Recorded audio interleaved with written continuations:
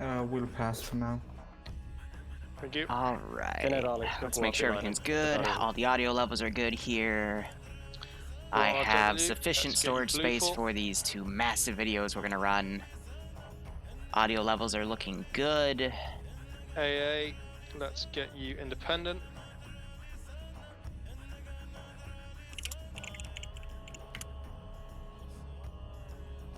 And we got one more link for the multi. If I can spell multi right. Did somebody already take leadership for independent? No. No, it's not still available. Just to confirm, is that who has the advantage? I can't see. It's very small on my screen. Blue 4, 25%. Blue 4, 25%. Thank you very much.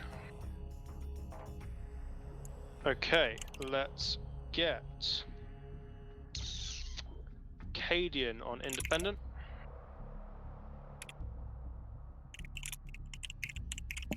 I need to start writing the numbers advantage in the mission command so you guys know that it's not even. Let's get Zeus community. We're at about 123 in the team speak. Anti-Stasi community. So this will be some of the biggest PvP we get. Bigger than CCO7, because CCO7 was 100. This is 120. Is that the Edberg? Let's get PLH on Blue 4 and TSB on independent. Yeah, they got crews for the 117s. We have a MAT team. On Blue 4, FK on independent. Matt gun is gonna be a Carl Gustav. Let's get. And the Matt. I like how they're labeling the MAT teams now. That's pretty cool. On Blue TSB, I think we're just told to go independent. Let's get. For that. But we'll check in a second. I think I have another thing I gotta add to the multi. Just wait one. Just going to keep an eye on it, and if there is, how many did you request in the slot screen thing? FNF doing today? Yeah, if you've RSVP'd it, then yeah, that's fine. 242 independent. It's the wrong pogo. I'm looking Iceberg. I know they were called, I think, to go independent. I'm just not seeing their names yet. Let's make sure we're slotting up nice and quickly so we can keep an eye on these numbers and make sure we've got the balance as close as possible to what we need it to be. We'll see there when we're there. I'm early? No, I'm 10 minutes late. Sequence 201, can you hop at that Keeps slot? DMing me. Ah! You're in the wrong spot. Sure. I already got her Lincoln, so that's fine. Alright, well, otherwise multi should be good to go. I don't know if, anyone reached out and told you there's only 2 second MRB here. That's good. Okay, I've got you guys as 0. Let's get second MRB. But Mel, thanks for the 25-month resub. How's the content farm for FNF going? Good teams? I mean, we've got over 120 people playing on the server today. They're slowly bringing it in group by group because they had to do reserve slots because the server only has like 125 slots here.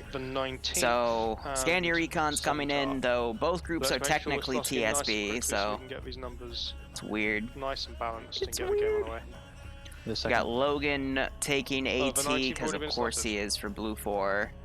Yeah, they're the second ones, I believe. And there we go. Yeah, so we're seeing them take Charlie 1 in Independent 6 now. Oh, right. Thank you for reminding me. Is the actual TSB. Okay, in that case, let's see. Yes, and that group is Scandia Recon Iceberg. Thank you for the 21-month resub. I hope you keep enjoying the operations, and I hope you get a kick out of this one, and you're staying safe on COVID. Yeah, Mel's exactly right. You got TSB and then the better TSB, at least for PvP. I'm not going to lie. I would put my money on Nemesis with a machine gun in a heartbeat, okay? Like, just... He's one of the higher-end guys.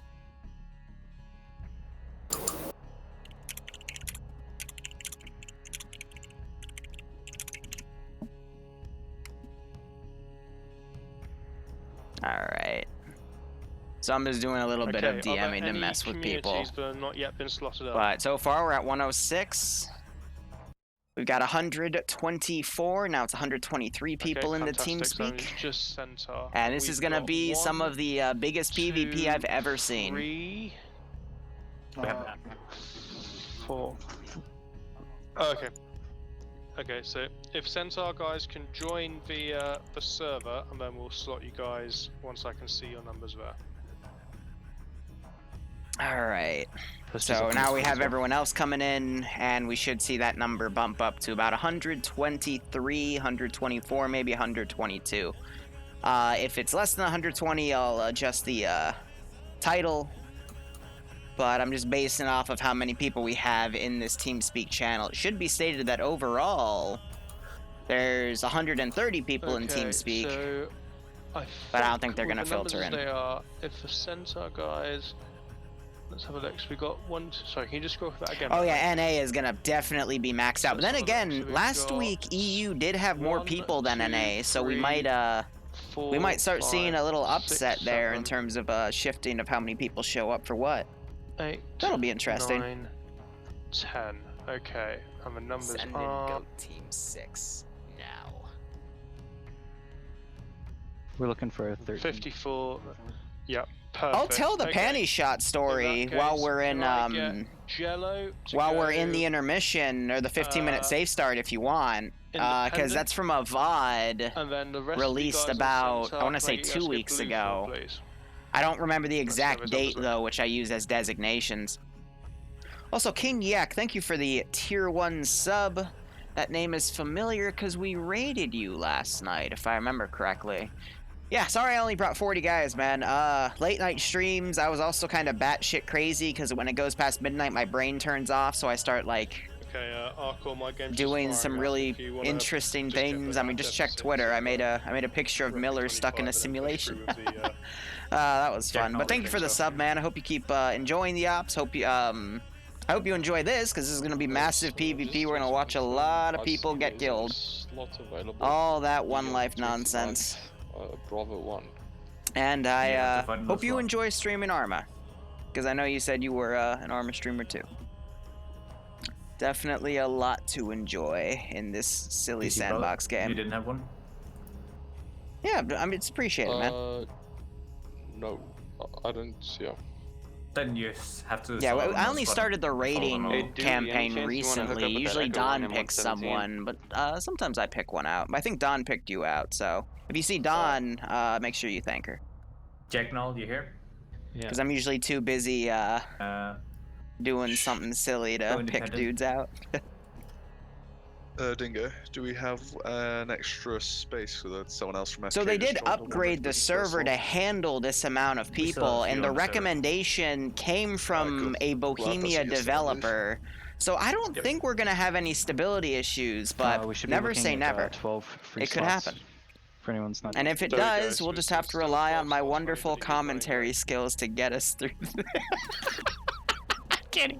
I can't even finish that with a straight face. Holy shit. So we're at 125 in the TeamSpeak channel. You see, brother, if you can. We're settling at about Just let 112 them, listed move players, and run which, them. I mean, already Okay. past 99 players is Same my in-game, record, I mean. so we've already broken the PvP record here. Got you guys right. It's Arma, it's always broken. Exactly, Hey, Gooey, are you Moon. there? Do you have a mic? You need to move. yes. Let me know when you come back into town, Moon, by the Cool, way. man, We'll thanks. go out and One of our guys have a can't drink get or in, so if something. you could slot up somewhere else, that'd be great. It's been Alright, way for too sure. damn long. Appreciate it. Val, you can But I hope take that it back. Mandalorian community is going Dingo, really well, man. BT. I'm still in the Was channel that, with you and I'm Slushy. black Hopefully you screen can loading Okay, make you something who good. Has both teams got a platoon lead? commentary beats low Yes. FPS. Hey, I couldn't Okay, agree is more. there anybody still Tactical. needs to be slotted, or is that everyone now in? We do have an official Looks like a TSB lot. representation now, though, in here. That was made by Right, you speak Iceberg. if you still need to be slotted. Behind my back. But, I mean, that'll at least increase our chances if I feel like platoon leading. But I'm gonna give it, one or 2 Okay, weeks to make sure what the server's team stable, you and guys then on? Are I'll you go a, ahead and take a slot, so. Yeah, Centaur. I was busy. Bro, you could've just sent me a What's the Discord current DM. balance, Arkle? 63, 50. What about the COVID?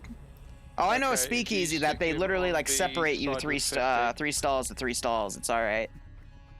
Only been brings it there slowly in a once bit, though but these since are big COVID numbers, started, so, but Yeah.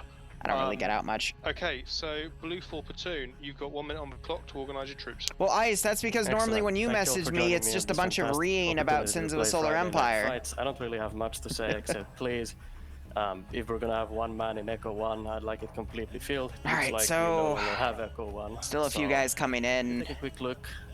Looks A like most nearly of my full squads and teams roster, are only full. one vehicle isn't taken. That's interesting. Yeah, Full pretty Mat happy team, with full this. I think Delta, we can deal. Okay, that's fantastic. and then Green 4 is Independent, missing an you've got 1 MG minute. team. That's Sequence interesting. Greybush, Hurry, Orden, Dooley, please move down to Delta 3. And that's immediately getting filled. But anyway, platoon leads for today. It's going to be Mountain. He's the guy that likes to meme with me. Versus Severe from Arma, Finland. So 2 guys that are really good at... They're well-known names in Friday Night Fights. So this should be a good operation. We got Rek being the marksman for Severe. And we have... Move down to Delta 3, please. G-Legs doing that. I haven't seen him do it. I was expecting someone like Stray Dog to take it, but no, he's gonna stream the actually, he's not streaming. Pads is streaming though as platoon medic, but Stray Dog usually we see him in the marksman slot, so we'll see how that goes. Bavarian, how you doing? Here is the Bavarian Red Cross. How can I help you? Bavarian, can you bring back the Hydrobot? Because I miss it. I genuinely miss the Bavarian hydration bot reminding me to drink 4 milliliters of water every hour. Speaking of, I have it right here. My freaking glass of water. It is what it Okay, can we get who was it? Greybush. How did you get horny from that? What? Delta. You guys are weird. It's all sorted, is it? Okay, awesome. Then yeah. I know, right? We gotta bring the hydrate bot back. To briefing screen. We'll begin to brief. So, the operation is on Takistan. It's a rush attack.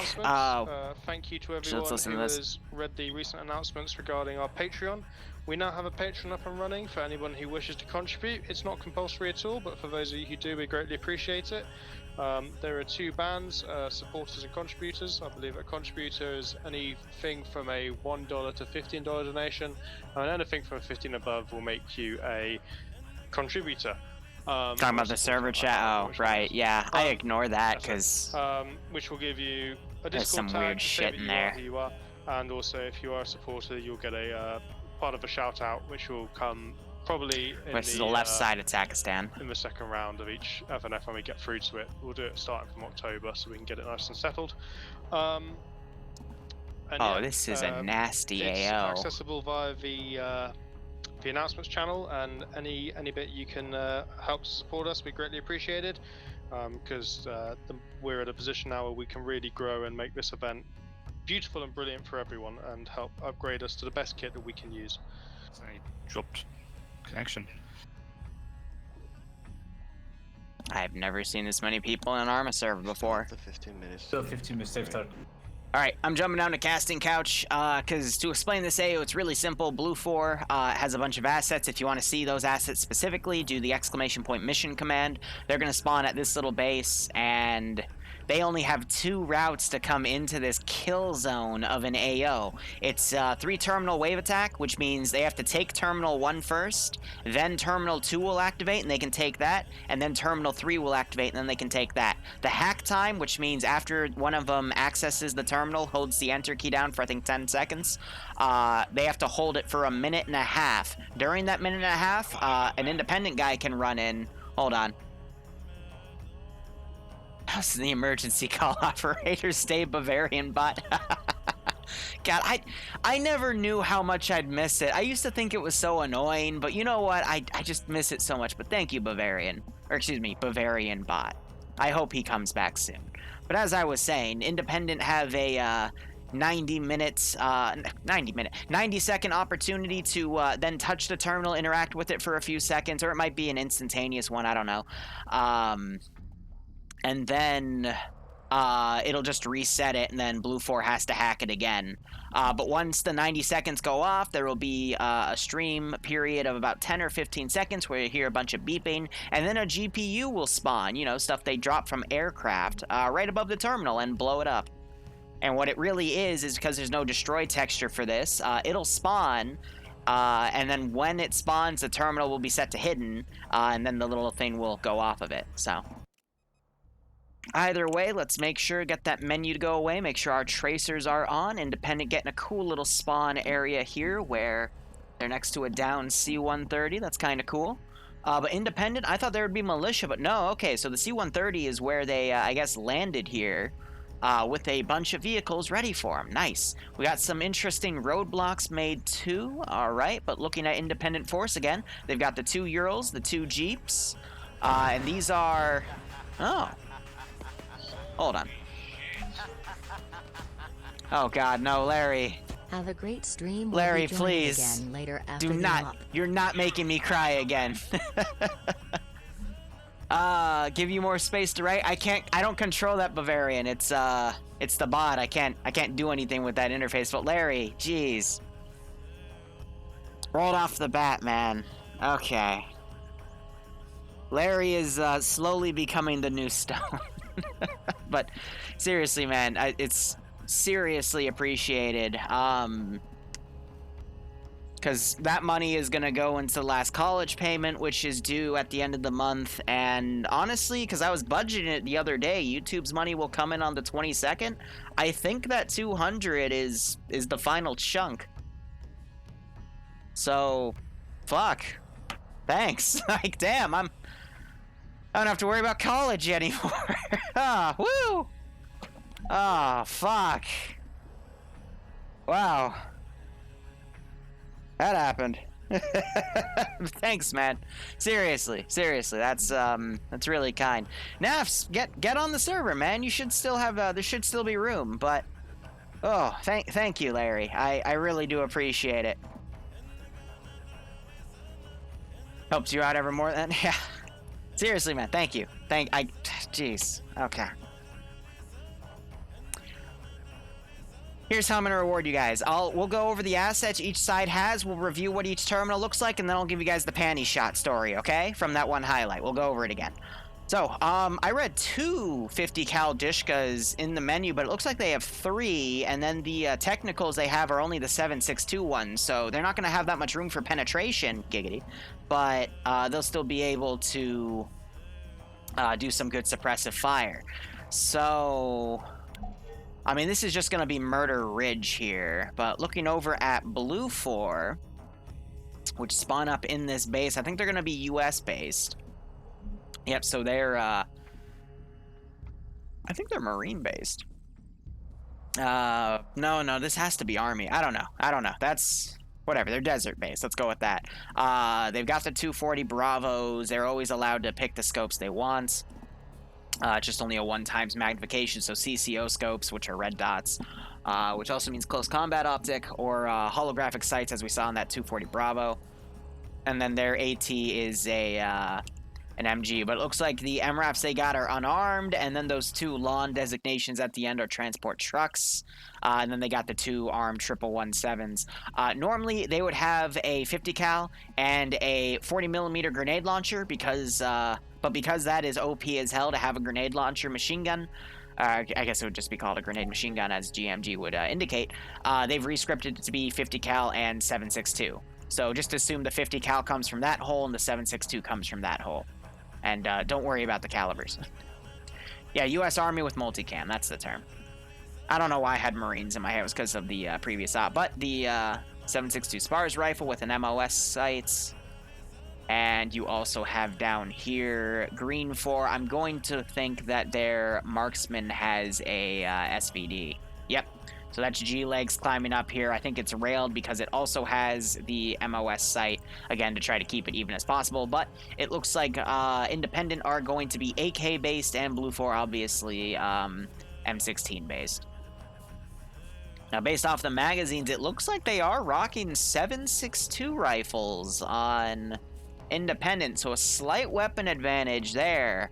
FNF does rescript the damage calibers to be different, but usually they'll pick 5.45 to be even with Blue 4's 5.56.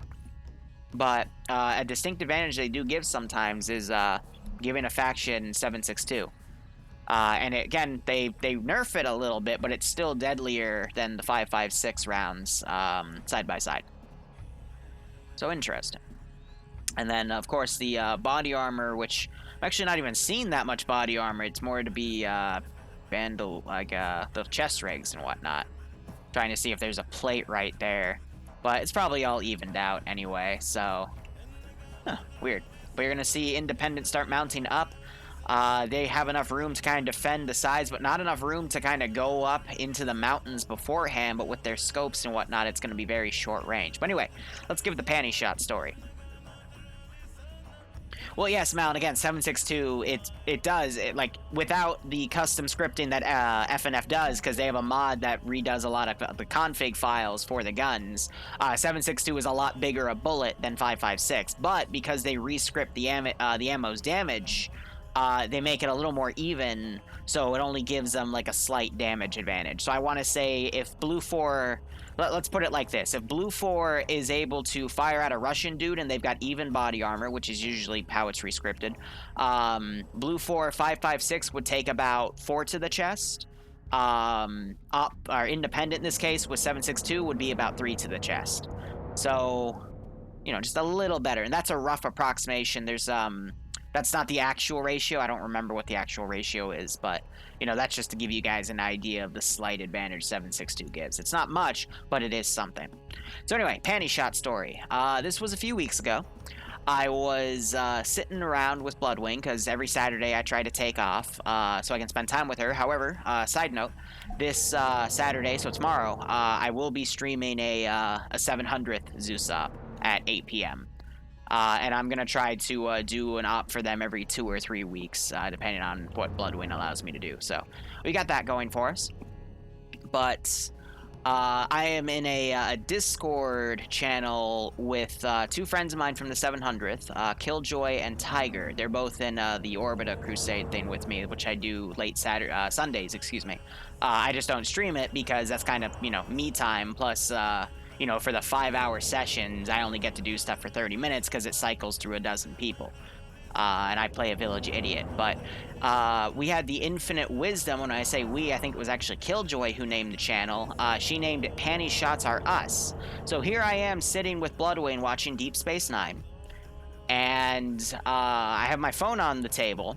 And I get a little notification that comes up. And it says message, you know how with the Discord app, it tells you the channel where the message came from. So she looks over at my phone and goes, why do you have a message from a channel called Panty Shots? Because it cut off the RS part. And I go,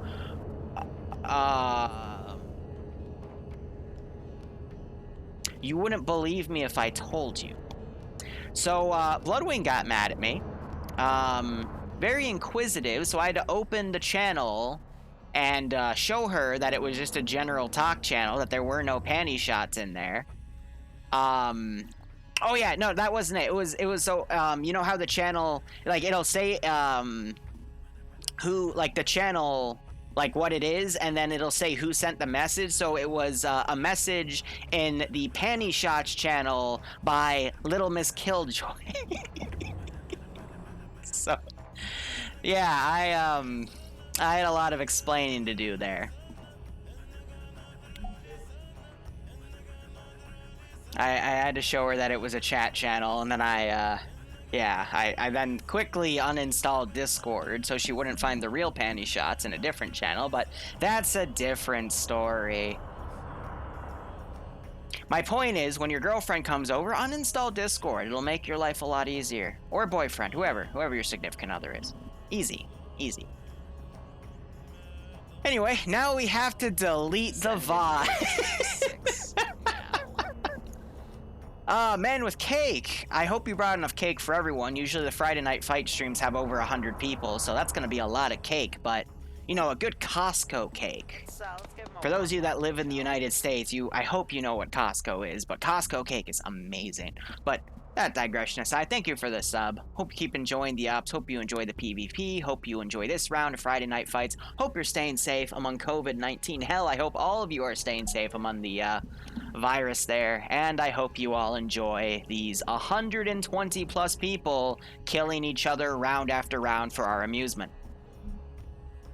No VOD for Bloodwing. That's okay. We'll be okay. It's not like she watches anyway. I'll be safe. I'll be safe. I'm waiting. Usually she'll text me and just laugh at me, but that's okay. Iceberg, I still owe you a slice of cake. Hey, if you ever come down here, man, I will make you a fucking cake from scratch. Bloodwing's more of the baker, but I still love doing it nonetheless. Want to drop a sub to support my homie? I thank you, man. Always appreciated. Also, Auntie Static, I saw her show up and make a little joke about me just playing myself as the village idiot. Thank you. Always love to hear from you, Auntie. Hope you're doing okay. Hope you're not going out and having your lavish parties like you always do. Now, I'm just trying to come up to watch this route here. We have a wrecked BMP or wrecked TU-95 Bear for a little bit of cover. There's a wrecked BRDM. I really like the level of ambience here. And then the environment, you know, this is pretty fitting for Pakistan itself, so I like that little attention to detail. We have a crashed C-130, a crashed UH-60, which is Blackhawk. Some wrecks here, some fortifications being made on this back position. Urals, more vehicle wrecks, crashed Mi-8, crashed UH-60. There was a wrecked Vic there. Blown up car. That's actually a truck. I'm an idiot. This was independent spawn. Looks like we have one AFK guy. It's French. Well, I mean, that makes sense. I mean, French would usually just run in the opposite direction anyway. Got 2 wrecked Urals here for a little impromptu barricade, and then the last cache site's right up here. Meanwhile, looking at the other area, we have... I'm trying to see if there's any wrecks up here or whatnot for cover, but it doesn't look like it, because Blue 4 can come around this canyon and make a pincer movement on this first objective. And you know... I'm going to be perfectly honest, I normally hate to see people split their forces, but I think it's going to be needed here because there's just not a lot of room for 60 dudes on Blue 4. It's actually going to be more than 60 because they're supposed to have a 25% numbers advantage, so up to 70 dudes coming up 2 routes because everything else is on the side of a hill. They probably do want to consider splitting their forces because we did see last week Blue 4 put all their eggs in one basket, but there was not a lot of room for them to maneuver everybody in that 50v50, and Blue 4 got raffle stomped pretty hard because some independent, or actually it was Op 4 in that fight, some Op 4 guys went behind their lines and just shot them in the back and just caused a lot of casualties. So normally, when this was like a, you know, up to 90 person thing and you'd have like 40v40, keeping your force together as a platoon would be nice. But now, since we're getting up to like 60 players, we might see a lot more logical force splits here. Also, interesting to note, we have some independent guys mounting up, and they might actually send some counterattacks here. We got a technical with a full group of dudes over here. We've got a machine gun team and a Vic. They might try to set up somewhere along this MSR to harass the convoy coming in.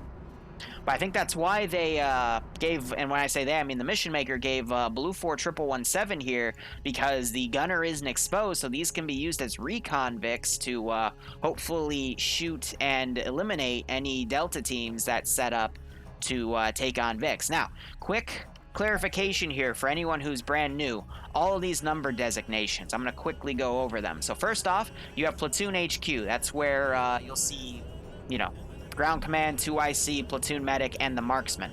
Then you have an A, a B, or a C. That represents the squad leader of the squads. And then you have things like B1 and B2, A1, A2. Those are the fire teams attached to Alpha, Bravo, Charlie, which are the 3 squads. And then you're going to see Delta. A D by itself means it's the squad leader, and then D1, D2, and D3 are your machine gun teams, which usually have a better machine gun. If it's Blue 4 base, it's usually an M240 Bravo 7.62. If it's Op 4 independent, usually it's a PKP. And then D4 is the MAT team. So that means they're AT. That's reloadable. Every squad gets AT. Usually Op 4 and Independent get RPGs. Blue 4 get AT4s, which are single-shot disposable AT, so Blue 4 has that little disadvantage there. And then if you see E's, in which case you do see it for Blue 4, E's represent vehicle teams, and then F's represent pilots. So that's the little breakdown there. But Sniper Wonderland, thank you for the resub, my man. I hope you keep enjoying the operations, and I hope you get a kick out of this one. Now, mission just started. Blue 4 is on a little bit of a false start here. They still have a lot of dudes out here. I guess they're just trying to organize and load everyone up into vehicles. I mean, It's not hard. Every squad gets a vehicle, but maybe with the 2 full teams, they're having trouble actually getting everyone loaded here. But these MRAF specifically, I don't think actually could carry entire squads worth of dudes. Probably only a large team, because the fire teams are actually like 6 people instead of our traditional 4 we have in TSB. So a little bit of desync just happened there. So I got to load up all the extras in the trucks, but this is giving Independent a lot of time to now set up shop here. So this is the Delta team, Delta AT team for Independent here. If I were to look, they've got everyone loaded in the VIX, and then the team leader, he's in that VIC up there. Meanwhile, they're branched up with Alpha here. So Alpha squad lead and an Alpha team are going to go up with the Delta AT team and try to go wreak havoc. But again, for this op, Independence Delta team gun has an RPG-32, which is the vanilla reloadable AT that you see with CSAT. And then Blue 4 has a Carl Gustav, which is the RHS variant. So this should be interesting. But Blue 4 still waiting on that false start. They can't afford to waste that much time, because this is a timed objective. So I think we're going to see probably a 50-minute round, which means the server will be ended by about 1:05, but usually the first round has something like that. We're also seeing some flashes here. Someone's giving a few gunshots. We also saw the tracers going, which is good, but don't know what that was about. Maybe they had a false start there, but... Oh, no, I think they're actually ranging their guns just to see where the bullets go, which is smart to do. Make your kill zones and go from there. But Blue 4 is going to put all of their eggs in one basket and go up and around. Guess thinking that Independent would turn this into a kill zone canyon, which I get, but, you know, putting that many people in a convoy... This is exactly what Independent wants, though, with that reloadable AT, and they're going to be in a really good position to engage it. So every squad gets an RPG with multiple rockets, and then the Delta guy... No, are they going back down? Oh, no, they were dropped off. Okay, I don't know why that's recorded as Delta then. But yeah, there's the RPG-32, and then he also has his assistant down here. You can tell because they have the same backpack. Or at least they should. Yep. Actually, no, it's a little bit of a different backpack, but he's sticking with him. If we were to check right here, the name under the Delta team guy is the Delta AT specifically is the assistant. He carries additional rockets. They can have up to, I think, 5 rockets when they don't run the Javelin AT platforms. When they run the Javelin guided stuff, it's the main guy has one and the assistant has an additional. With the other AT, actually it's 3 and 3, so it's 6 total. The guy with the AT stick has 3 rockets, and then the assistant has 3 additional. So Blue 4, a little bit of a fumble here. They forgot to turn their left turn, and they almost left the AO. If you leave the AO, it just teleports you back into the AO, unless you're flying. Pilots can leave the AO with people. But this is going to be really unfortunate for Blue 4 if Independent can land their AT shots. Because the issue with this route is it's an SSR, which means that the road is a little bit worse quality, so they're going to be a little slower, but the real killer is they're going to be going uphill. All the way up until this point. So this last little stretch is what's going to... It's going to be where Blue 4 is the most vulnerable here, but we see these guys mounting up now. Vic is full, so this guy is going to have to just walk, but this might be a little bit of a fumble on Independent, too. They don't know where each other are. So are they going to drive down and try to set up closer, or what? Because I don't think no one's gotten eyes on this massive Blue 4 convoy yet. So them moving up closer is actually going to catch him out of position. We might see the... Blue 4 convoy start engaging things instead. So I think they're maybe going to dismount here. No, they're going up. So Blue 4 is catching a lucky break here because Independent would have had only to make about a 300-meter shot, or they could have gotten closer and waited right here for about a 150-meter shot downward, because usually these vehicles have the weakest amount of armor on the top. So that's going to be a blessing in disguise for Blue 4. That's unfortunate, but at the same time, it's going to make it a little more fair. We're going to see a lot more people kill each other here. Yeah, so these guys, I think they're just planning on the MSR here, but no one's watching their rear. They don't have a single guy pulling security back here, because if they did, they'd see this convoy come up. As I say that, I think Independent's gonna... No! Wow. They just need one guy to come look over here. Is that gonna be you?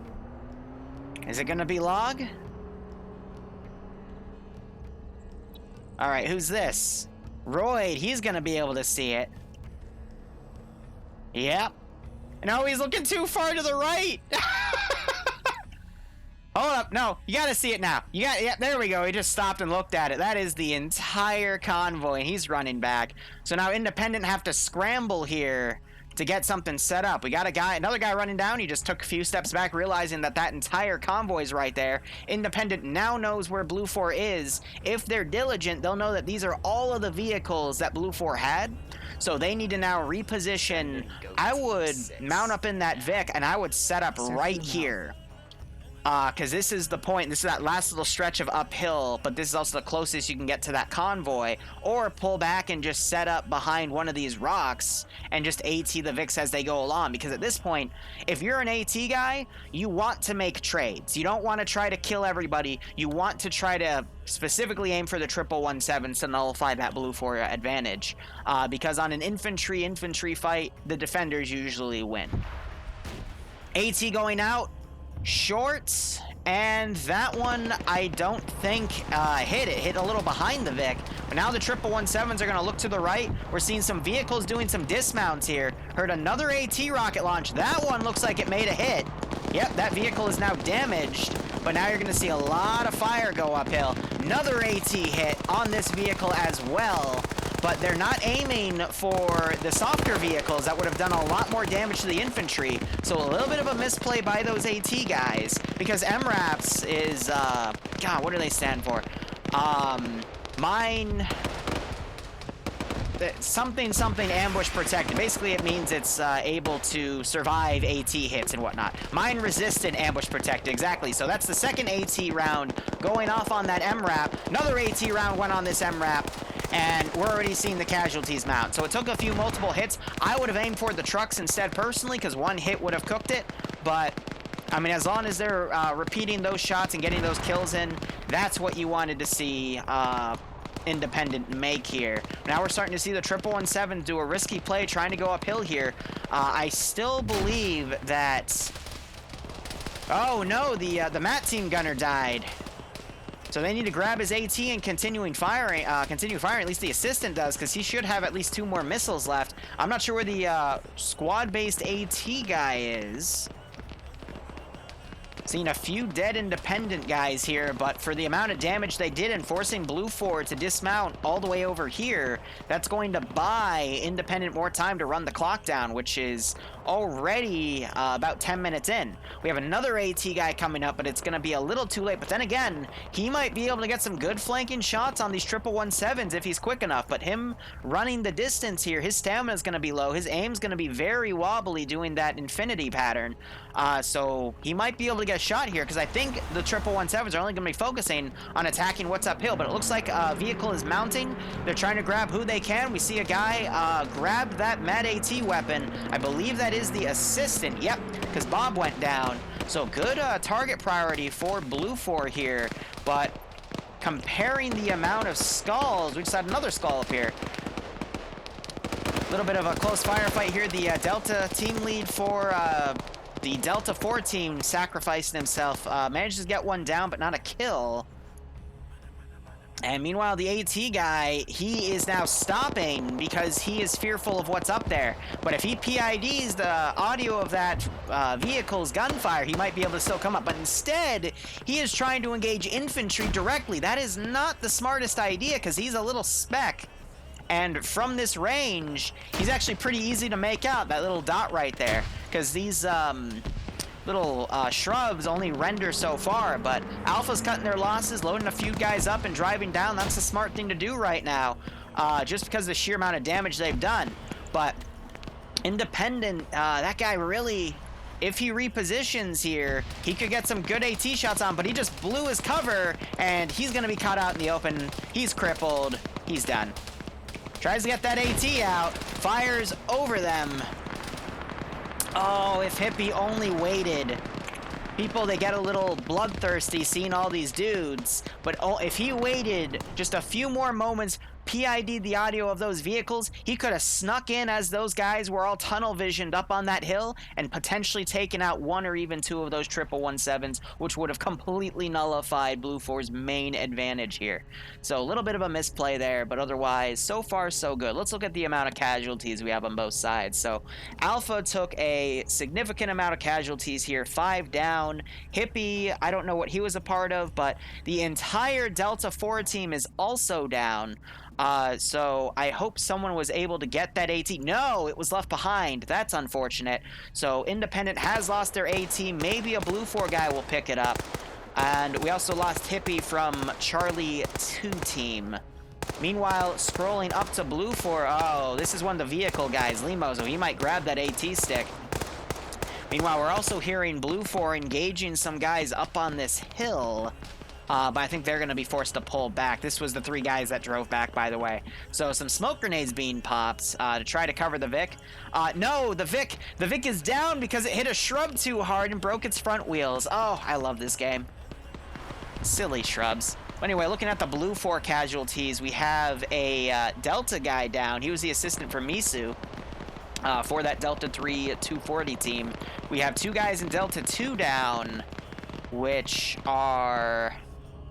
That's a 5-man team. Interesting. I would assume one of them's the machine gunner because I don't see the machine gun logo by them, so that's a little bit of a loss. But so far that is 3 skulls, and then scrolling up, we actually don't have that many more down. Let's take a look at this down vehicle here.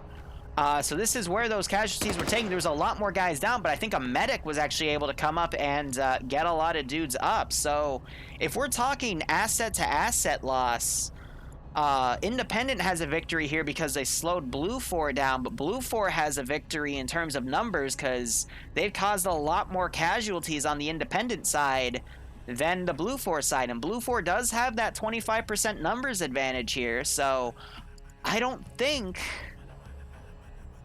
that was good for Independent. It was the right idea, but because they picked the wrong vehicles to hit, and because Hippie decided to go against infantry instead of the vehicles by mis-PIDing the audio of those 50 cals, I think Independent could have done a lot more damage, but it was a little squandered.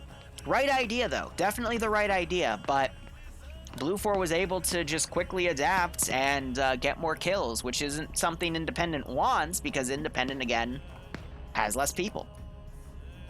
But now that Blue 4 is all spread out here, they're not using their vehicles to go in directly. This is going to have them start branching out. We're probably going to see some guys come down the MSR, some guys stick to the hill.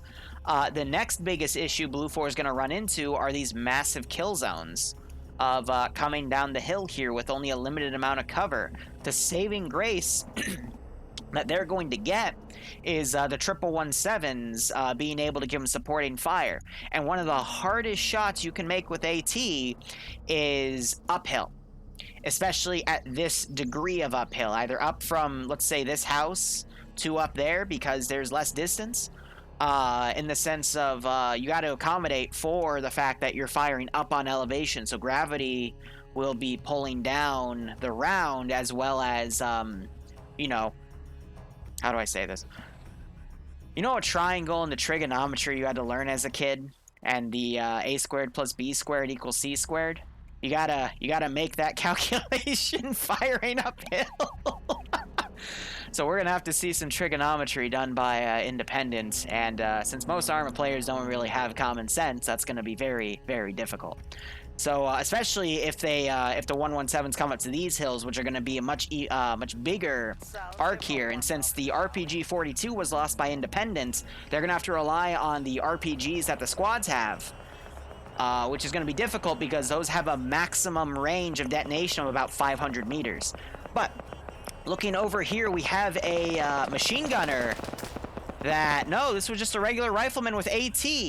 What is up with the AT guys squandering themselves here? I think he was firing up at some infantry, but if they want to make traps for the vehicles, they shouldn't be engaging the infantry this far out. They should be waiting till Blue Force starts diffusing into the first AO and then coming up to the rear of the VIX to get easy kills. So that was another AT squander by Independent. We also see a lot of Independent guys branching out, making some cover up on the hills. I don't think this is a good idea either, because this is just going to expose you to those 117s to pick you off. We do see a Delta guy up here with a machine gun, but I would say just, you know, stick to the town, make it a CQC nightmare for Blue 4, because in that, they won't be able to have the 117 support them. So Independent, I don't know, just the strategy they have is a little concerning. What I do like seeing, though, is we saw this a little earlier as I was talking about trigonometry, but where was that building? I love the keyhole that has been made right here by this guy, French. Ah, French is back. He's got, I mean, look at that keyhole right there on the road. So the actual one, it's on the left side, but I mean, that's one of the two routes that Blue 4 will be taking down that area. Plus, he's got a full open area to this. And then if he turns right a little bit, the gun actually leans out. That's a very, very smart turret placement. It's the reason it leans out is because it clips itself on this little block of wood here and then leans to the right. I love it. Absolutely love it. But now, some Independent guys are getting caught way out of the open with no cover right here. This is what they want to be doing to Blue 4 when they get closer, but I guess some Independent guys are getting a little overzealous, and we're already seeing some dudes get knocked out. When you're in the open versus another position in the open, usually the guy that has the high ground is better. Unless you're firing into a big AO with like a town and whatnot, because then the guys on the high ground are just exposed while the dudes have cover. But if it's open ground versus open ground, usually the high ground has it. But, you know, Blue 4 is getting a very nasty concave here. You can just see all of this tracer fire coming out. And I would say with the sheer amount of players on Blue 4 side, they don't really need to worry about ammo. We're seeing some fire going off over to the right. I guess someone sees something, but there's no one over there. And Independent has to be careful. We're seeing a team of, this is a squad-based machine gun team because it's a PKM, and I think they're going to start trying to knock dudes out on the right. So we're seeing some ranging go on. Yep, they're trying to knock out this one guy, Gorski. But the bullets are going a little overhead. I think Gorski just noticed he was being engaged by something, and he is now just going to go down the ridge, use that defilade cover to his advantage, and just go off unscathed. So Independent, I think, just had a casualty, or excuse me, a KIA up here. Casualty would be something like this, or it can also mean a KIA, but KIA, killed in action, is, you know, when we don't have the symbol over their heads anymore. But I could have sworn I saw more guys, at least one or two more, but... Oh, maybe it was him and he pulled back. That is one of the technicals. I guess they're holding that in reserve. But yeah, I mean, Independent has a lot of room to hit Blue 4 in the rear, and everything just kind of been squandered so far. I mean, this vehicle position, for example, had this guy not shot at him, he might have been out of AT ammo, because I noticed that his AT rifle didn't have anything, and we're actually having a dude come up here to make sure he's dead. But if he had AT, had he just waited, he could have a perfect shot on this vehicle right now. You know? So there needs to be a lot more thinking about booby trap mechanics when you have these bigger numbers, and then there's going to be more of a sense of you know, just making uneven trades. Excuse me. As I say that, wow, that machine gun team just lit this one guy up. once they're dead, I can't check who they were, but he was an AT guy, but that was a beautiful shot by that machine gun team. But if they are to play this right, they can just appear at different spots of the ridge, wait for Blue 4 to keep exposing itself coming down this open hilltop, and they could get a few more licks in. Those are the types of trades that Independent wants to be making here. Now, I am saying trades because it's very unlikely those guys are going to survive. If they kill enough people, Blue 4 is just going to end up sending like a 1-1-1-7 to go hunt them down. Oh, that was a GL shot. That was actually pretty close, but that was just a regular shot. Because when you have like 60 versus 60 in a 120-person server, don't go in thinking that you're going to survive. Think how much damage you can do before they take you out. And by switching to that mindset mentality, you'll see better players overall. Because usually the people that think that they're going to live and get a bunch of kills that then try to sneak around, go on the back line, they start those engagements way too early and then they squander the assets they have, which sucks. But, you know, if they just think about, you know, how they can make those even trades, they can do a lot better. So Blue 4, counting the skulls here, we're on 3, 4, 5... Only 5 skulls for Blue 4. I'm going to recount that. 2, 3, 4, yeah, 5 deaths. Independent, meanwhile, we're on 2, 3, 6, 7, 8, 9, 10, 11, 12. So, yeah, Blue 4 having the numbers advantage and keeping it. Independent just tried to get up and have another kill, but this Blue 4 team is coming up to him. Technical's coming up to try to suppress him on the rear. It's going to be another 7.62 machine gun firing. Actually, no, it's a mini-me, so it's only 5.56. And that's another machine team, machine gun team that's gotten out. But who's going to operate the gun? I guess the driver is going to solo crew it. But if those machine guns were to set up a good line right here, they could kill a lot of the Blue 4 guys coming up, which only is about a team's worth. But immediately a machine gun starts firing at this technical because that ridge is doing a good job covering. That's a Delta machine gun team over there, D2. So that 7.62 fire is going to be very nasty. And if one bullet happens to land, you know, since they're prone facing forward, it's going to be a headshot, and that's going to be an insta-kill. But Blue 4, machine gunner on point, they see that vehicle, and Independent has no idea they're about to be climbed up on. So machine gunner opening up on this guy. PKM guy reloading his belt in the worst possible time, gets dropped by this machine gunner. Unfortunately, we just had a Blue 4 guy go down. Perfect grenade throw by Independent. It's a smoke grenade, though. Oh! So, machine gunner over here. No, it's a regular rifleman trying to set up. He is taking shots, though. He goes down. And yeah, this Blue 4 team's just going to have superior numbers here to beat this Independent team here. We're seeing some Independent guys crippled, seeing some Blue 4 guys getting knocked out by grenades. And there's another guy that's been knocked. But again, if Blue 4 keeps making trades like these, they're going to win this operation, no problem. And just in case this Blue 4 team wasn't sufficient, we have another team coming around to try to stop them. But now, Blue 4 can potentially capture a technical here and use that as long as it's called in. But we're also starting to see the main fight coming around. So I want to see that Dishka start opening up on this left side squad here. Because from his angle, it would be the left. But it looks like he repositioned it, and they are getting shot to shit by the M1, the 1-1-7. So with that 50 cal, it's able to penetrate into these buildings, and I mean, Jesus, it's destroyed the static, it's killed a guy, it's wounded another. Not knocking out those 1-1-1-7s is gonna bite Independent in the ass here, but we also have this large fight going on. Still have an Independent guy alive. He's getting grenades tossed on him. He turns around now. Oh, that is a nasty, perfect throw by Blue 4 right there. And now Blue 4 doing some blue on blue. Another grenade throw. Oh, you could not make a more perfect grenade throw. It even timed with the hill so it rolled down right in his face. Jesus. That was amazing. That was a pure luck accident, but that was amazing. So we're going to probably see some double taps here. Might see that Independent guy wake up, because usually when he get knocked out by grenades, it doesn't go down. But we're already seeing a guy pull his pistol out. Probably going to do a double tap. Bay Potato missing his double tap shot.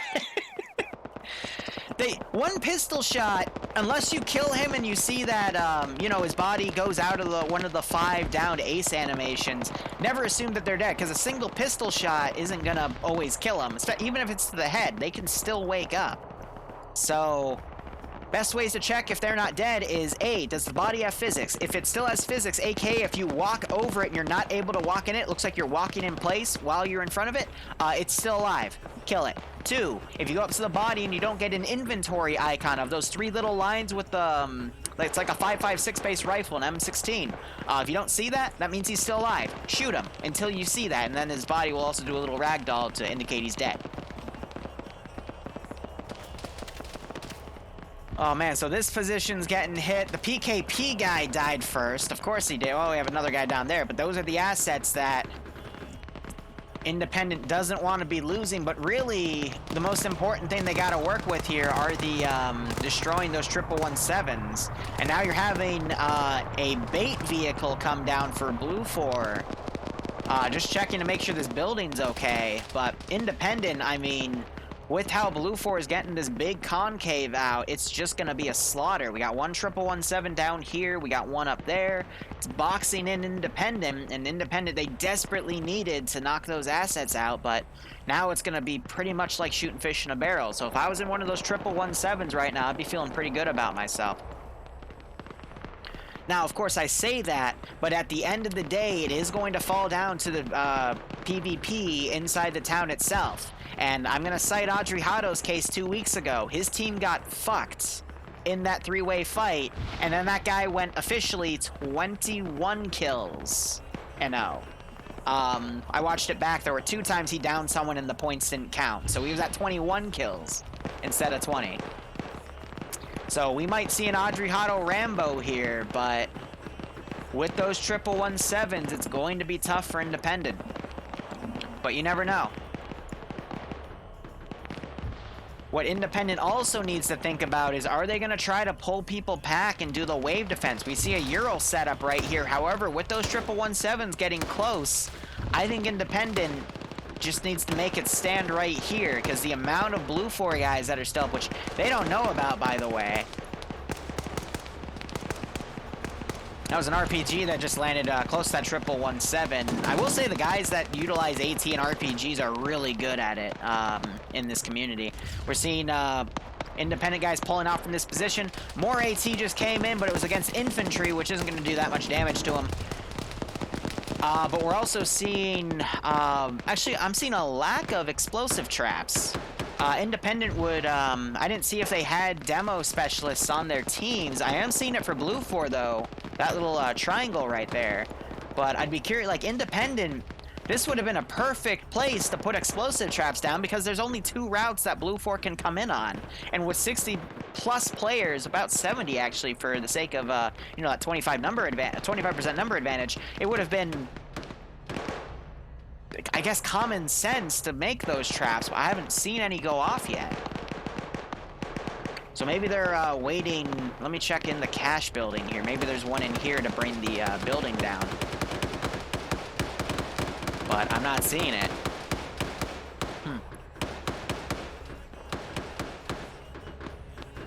But yeah, I don't know how many guys on Independent are going to be able to pull out of here, because Blue 4 having these hills with a machine gun is just going to slaughter people that try to move back, even in these soft skin vehicles, because 7.62 can easily penetrate in. Even 5.56 can penetrate in.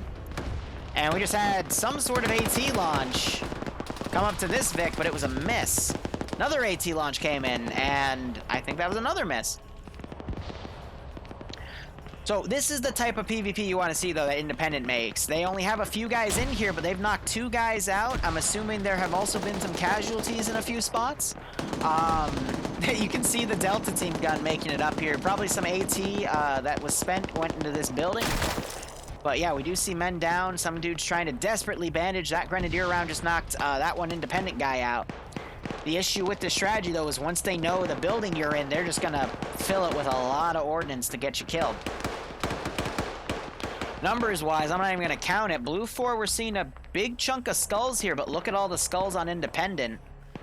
Ratio-wise, I want to say about 40 to 50% of Independent seems to be down, whereas Blue 4 at a glance, I'm only seeing about 15, maybe 20% down. That's not what you want to be seeing for Independent. And we just had a dude run up here. Who was that, Shad? So, Standers just came in here, killed the guy that was still alive. He has another kill from something else, though. Didn't double cap Olaf, though. Olaf, I always love seeing him. He's a guy from FK, but... Yeah, no, it just takes, if, you know, you're being suppressed in the building, it only takes one guy to come in and get the kills here. And there's Gorski coming in. We saw him a few other places as well, getting the double tap kill on that man as well. So a few independent guys have pulled back. They're going to try to defend Terminal 2. Also, I'm really happy that we haven't really seen any desync issues with the new server, even at 120 players. So that's nice to see. Otherwise, Independent still getting machine guns up, trying to bottleneck parts of Blue 4 in certain areas, but Blue 4 has a big wave coming in on the side. We'll see how the PvP goes. Time-wise, we might see a 15-minute warning get called soon, so Independent might be able to win it off of time if they can stall this first objective enough.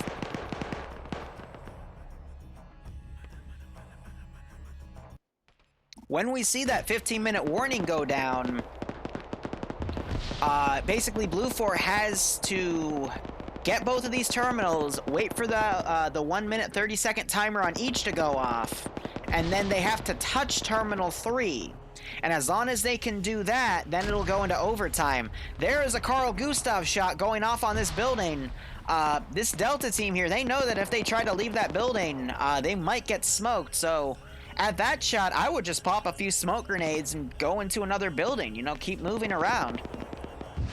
Meanwhile, we're seeing Alpha starting to come into Terminal 2 to try to get a back cap set up, so just in case time gets called, they can, you know, quickly go through these remaining objectives. But thankfully, the units over here pulled around, but unfortunately, we have a guy that got caught out of position. Poor Devenser. This is TSB. That's Indigo Fox. He's one of the admins in FNF, but he goes down.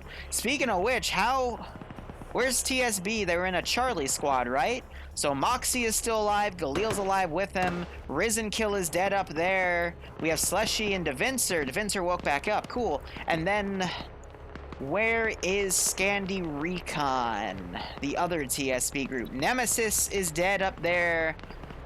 Freddy is not part of that, but Infidel is dead. Eander is up there with them. Yanni's up there, and Flying Finn is dead there as well. So basically dying in the kill funnel right there. So neither side doing really well here. That's okay. It's my own little bragging rights system because they're all TSB members, and we can poke fun at them. 15 minutes is still enough time.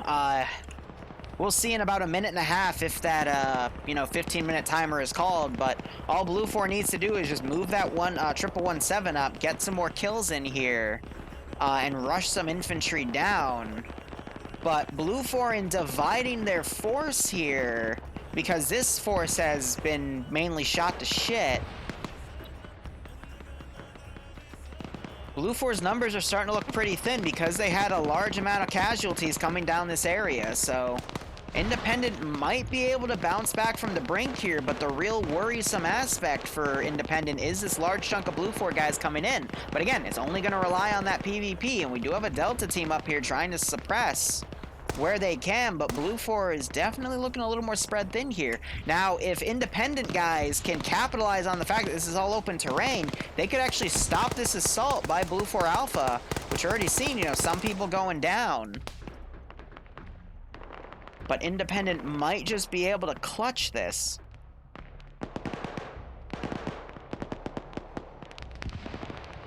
But that's only going to be dependent on if we see that timer go down, because once we see that 15-minute timer go down, I can guarantee you that Blue 4 is going to play a little more recklessly.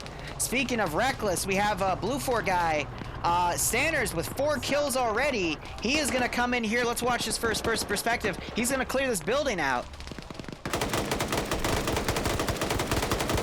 Manages to get a spray-down kill right there. Gets a double tap on that guy.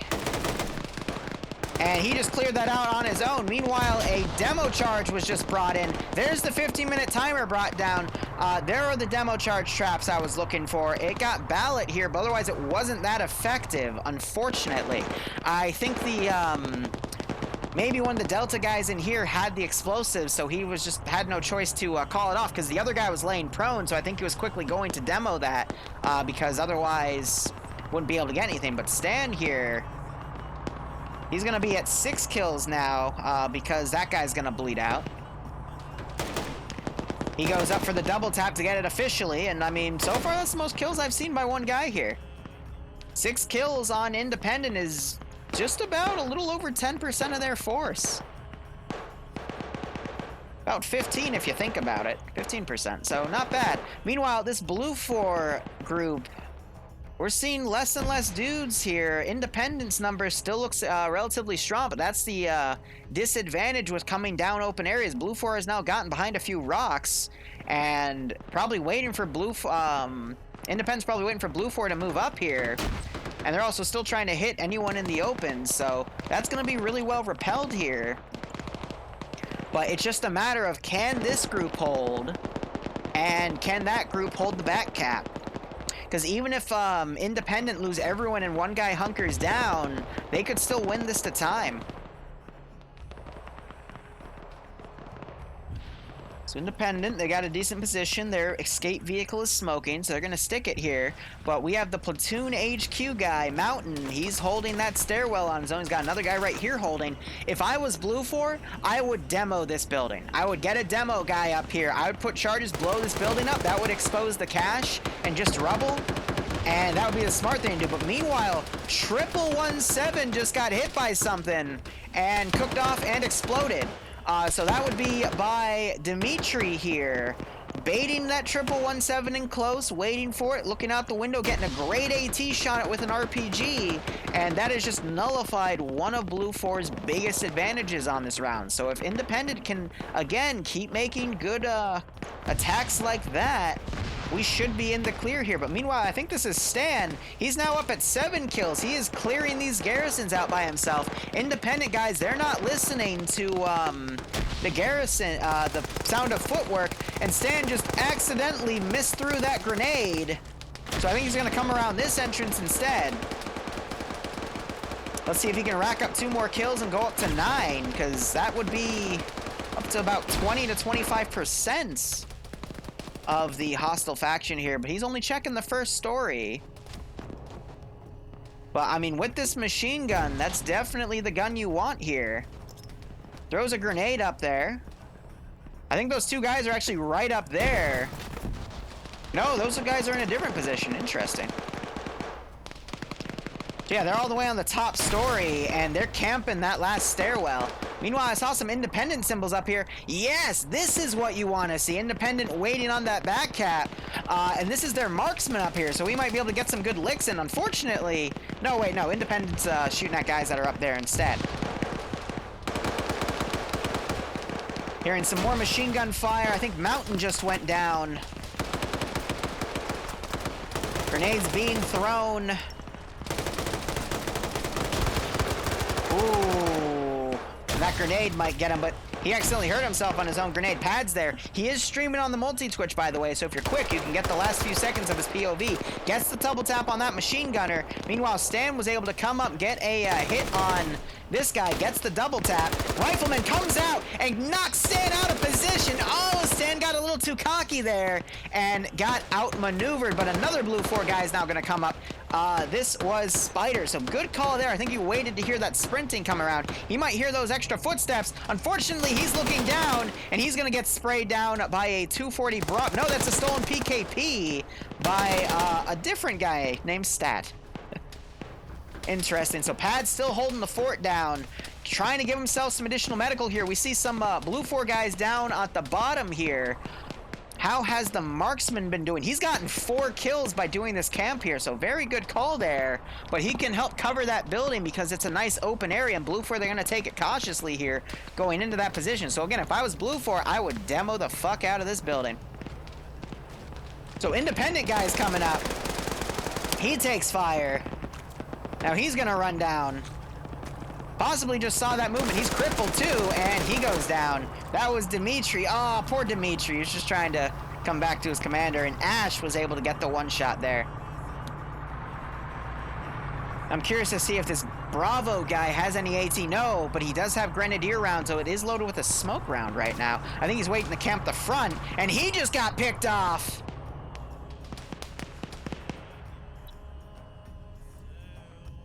By a single shooter.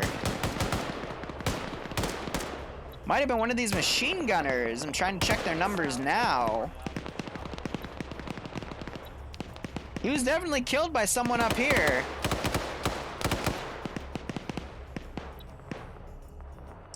Yeah, so that might have been friendly fire by Legs here. Let me check this guy as well. I mean, it is hard to PID at that range. I mean, we do have the blue 4 marksman right here, though, as well. So let me scroll up here. That would be Rek. Rek does have a single kill, so it might have been Rek. But unfortunately, Pickles has gone down. He's actually dead. And that hack is now going for Area 1. But that entire Alpha wave has gone down. It's only the squad leader and another 2 guys up here. Yeah, they're not going to try to go down there now that their guys are mostly dead. We see one of them having 2 kills. But now, we also have a smoking 1117. So 1 more AT hit, and that thing will be smoked, and that is it for Blue 4's advantage there. But number-wise, Indigo Fox on 3 kills. Nice. Devincer at no kills. That would be me at this point. I suck at PvP. Sequence with no kills. And I'm trying to see like what weapons they still have in this area. We do have an AT weapon right here. So that needs to be picked up and used to take out this vehicle here, because we still have a guy in the turret seat. I think the driver's dead. We were to look. No, they're all still alive in there, actually. Interesting, but the hack's about to go down, but that's gonna blow the building up and get a lot of, it's gonna knock out a lot of Blue 4 dudes that are still in here. So hopefully these guys know to get out of this building, because we might see some Blue 4 guys die. Oh dear, and we just saw another guy go down. So a lot of Blue 4 guys are down in this building. We still have independent guys up here. We're seeing some rounds going off, some independent stragglers running back to try to reinforce this position. They don't know that this 1117 is still up, though. They might see the turret, though. I don't think any of them have any AT capability. We see one that's a PKM machine gunner. We have another one who is just a rifleman. He is a medic, actually, and that would be really useful to have, but he's going to go suppress back there. Got to be careful, though, because there's a marksman right there that could pick him off. We also have another guy back here. This is Dooley. Dooley is a machine gun assistant. But, I mean, numbers-wise, Independent has come back from the brink here, and they might be able to clutch this, but I think it looks like they're going to pull back and defend position 3 instead, get loaded up in that truck, just because they don't like that the 1117, which is probably disabled because the engine's on fire, for fuck's sake, but they don't want to have to contend with that. So that's a smart call by Independent to push back, but these are going to consist of a few TSB guys. We got Dingo, who is an admin and FNF, and we got some more guys also running back. But we got Mox, Galil, and Devincer. Risen's died twice. Interesting. And Mox has gotten a kill with that machine gun as they were able to suppress. But Alpha team now coming down to take that last section. I honestly think Blue 4 is going to win the time, because they don't really have anything to maneuver here. And we still see guys in bushes back here harassing the rear of Blue 4. So that initial disturbance on that convoy just bought them just enough time to clutch this round. So you got Platoon HQ in here, bandaging himself.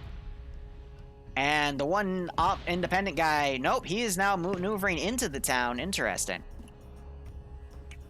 And this Vic's still focusing on the area, and we got these guys maneuvering around it.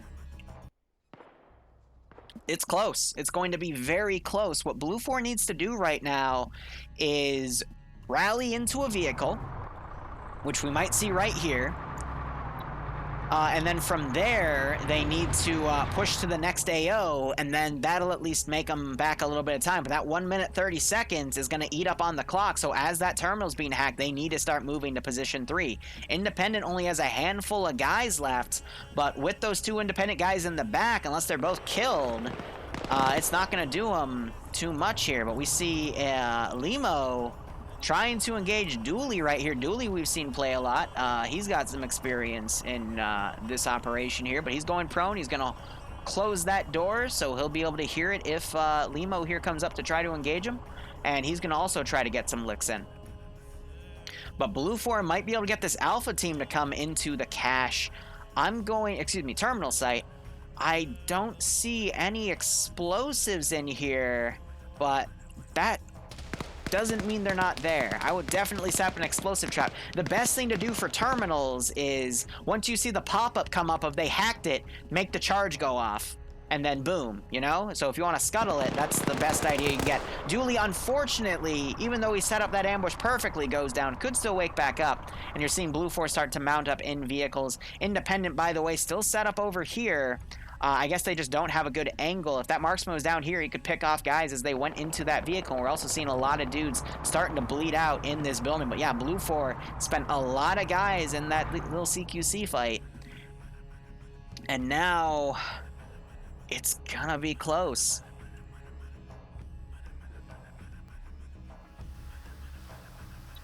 Indigo Fox putting a smoke grenade up here, I guess trying to get some of Blue 4's attention. We also might see a special overtime get called, because Blue 4 definitely has the numbers advantage. There's no doubt about that right now. But, oh man, it's going to be 3 minutes. With 1.5 minutes to hack, as soon as they initiate that hack, there's the initiation, so now that vehicle can push straight into that objective. They are going to have 1 minute and 30 seconds after that goes off to touch that terminal. Now, the real question, though, is how many guys are in this vehicle? I'm seeing a few, but it's also hard to tell because there's another MRAP back here that I believe... no, they're all on foot. Okay, so it's a good 4 or 5 guys coming in. They're coming in for an immediate dismount. We got some independent guys trickling back as well, and it's defended by 3 independent guys. So let's see who wins this fight here. Severe is a really good PvP player, though, so it's gonna be messy. But Independent engaged from the rear by that one machine gun. Severe trying to rush in to cover this. They're going to hear that door opening. Severe is trying to see what's going on. And you have grenades being thrown in by Severe. Some shots being exchanged. Perfect grenade throw. And Severe goes down. Another good grenade throw. Oh, but the Matt team guy is just able to get behind the wall here. All right, so that timer's about to go off. They're going to have to hold it for 1 minute and 35 seconds. But so far, Blue 4 guys that rushed in were killed. 1 guy's remain. You're hearing the beeping of that cache go off. But now, Blue 4 needs to somehow rally here, but they're being picked off by a marksman.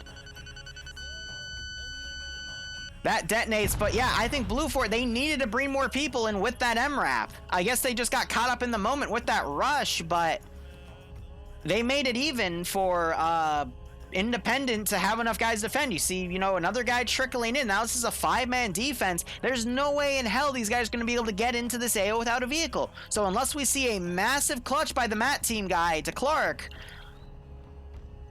we're probably going to be fine. Like, all he has to do is touch it to make it go into overtime, but they're going to hear his footsteps. Yep, he was waiting for the footsteps. Oh, Dingo, you beautiful bastard. That's a good call right there, and he's making sure that he's not going to wake back up. Gets a reload. That's such a cheeky play. He waits for the footsteps to stop, and then he'll just run in and kill him. I don't think Blue 4 is going to be able to win. There's no way. They cannot get to Objective 3 in time in 30 seconds. So that is a Pyrrhic victory for Independent.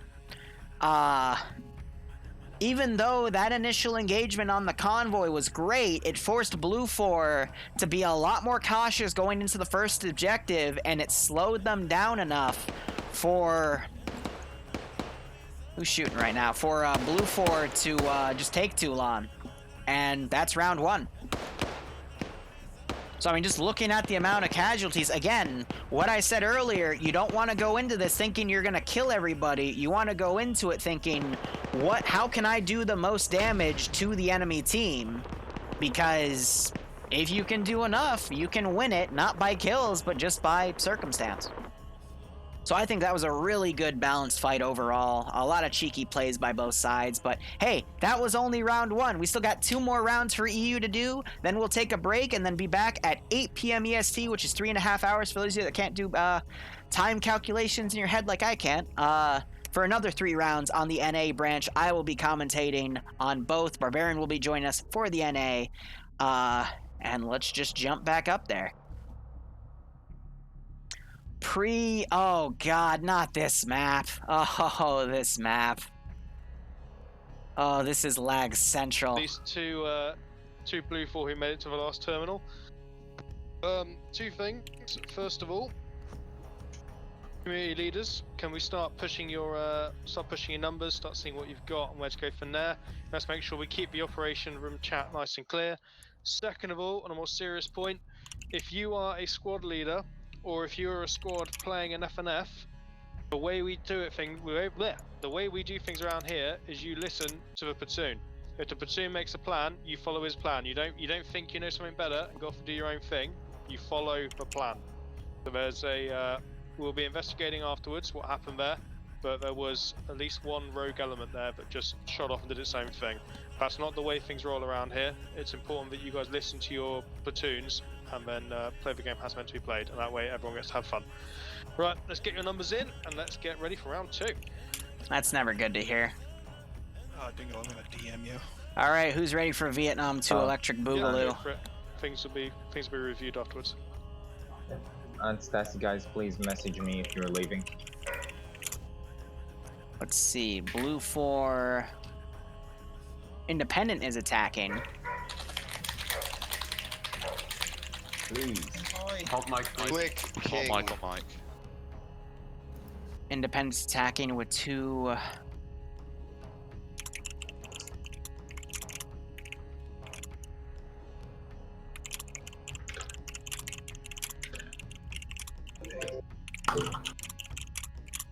Are those 117s? Those are 117s. Why are people not using push to talk? Too hard. Push to talk is clearly Alright. superior. Where's the guy in that slot? Let me set things up. Chat commands are updated. Let me change the music here. Let's do let's do Beast Battle. Dingo, you here? Yeah, I'm here. I'm just sorting out the numbers. All right. So what did you guys think about that?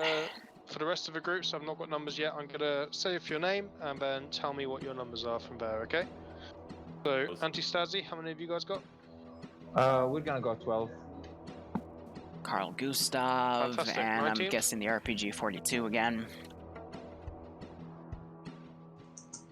Yeah, RPG 32, excuse me. That was definitely a clutch by Independent through time. But I understand why Blue 4 made the maneuver they did in a panic, so that was good. Yeah, still 2. Anyone here from CSC yet? Anyone from EVETS? I think I'm just the only one with CSC, so... Oh yeah, I love that the server was able to handle 120 people. So we might have a few less, it might go down to 110. Okay, awesome. So I'll go ahead and reflect that in the title. Single person, so roll me with Centaur. Cool, awesome. 29th. Have 8.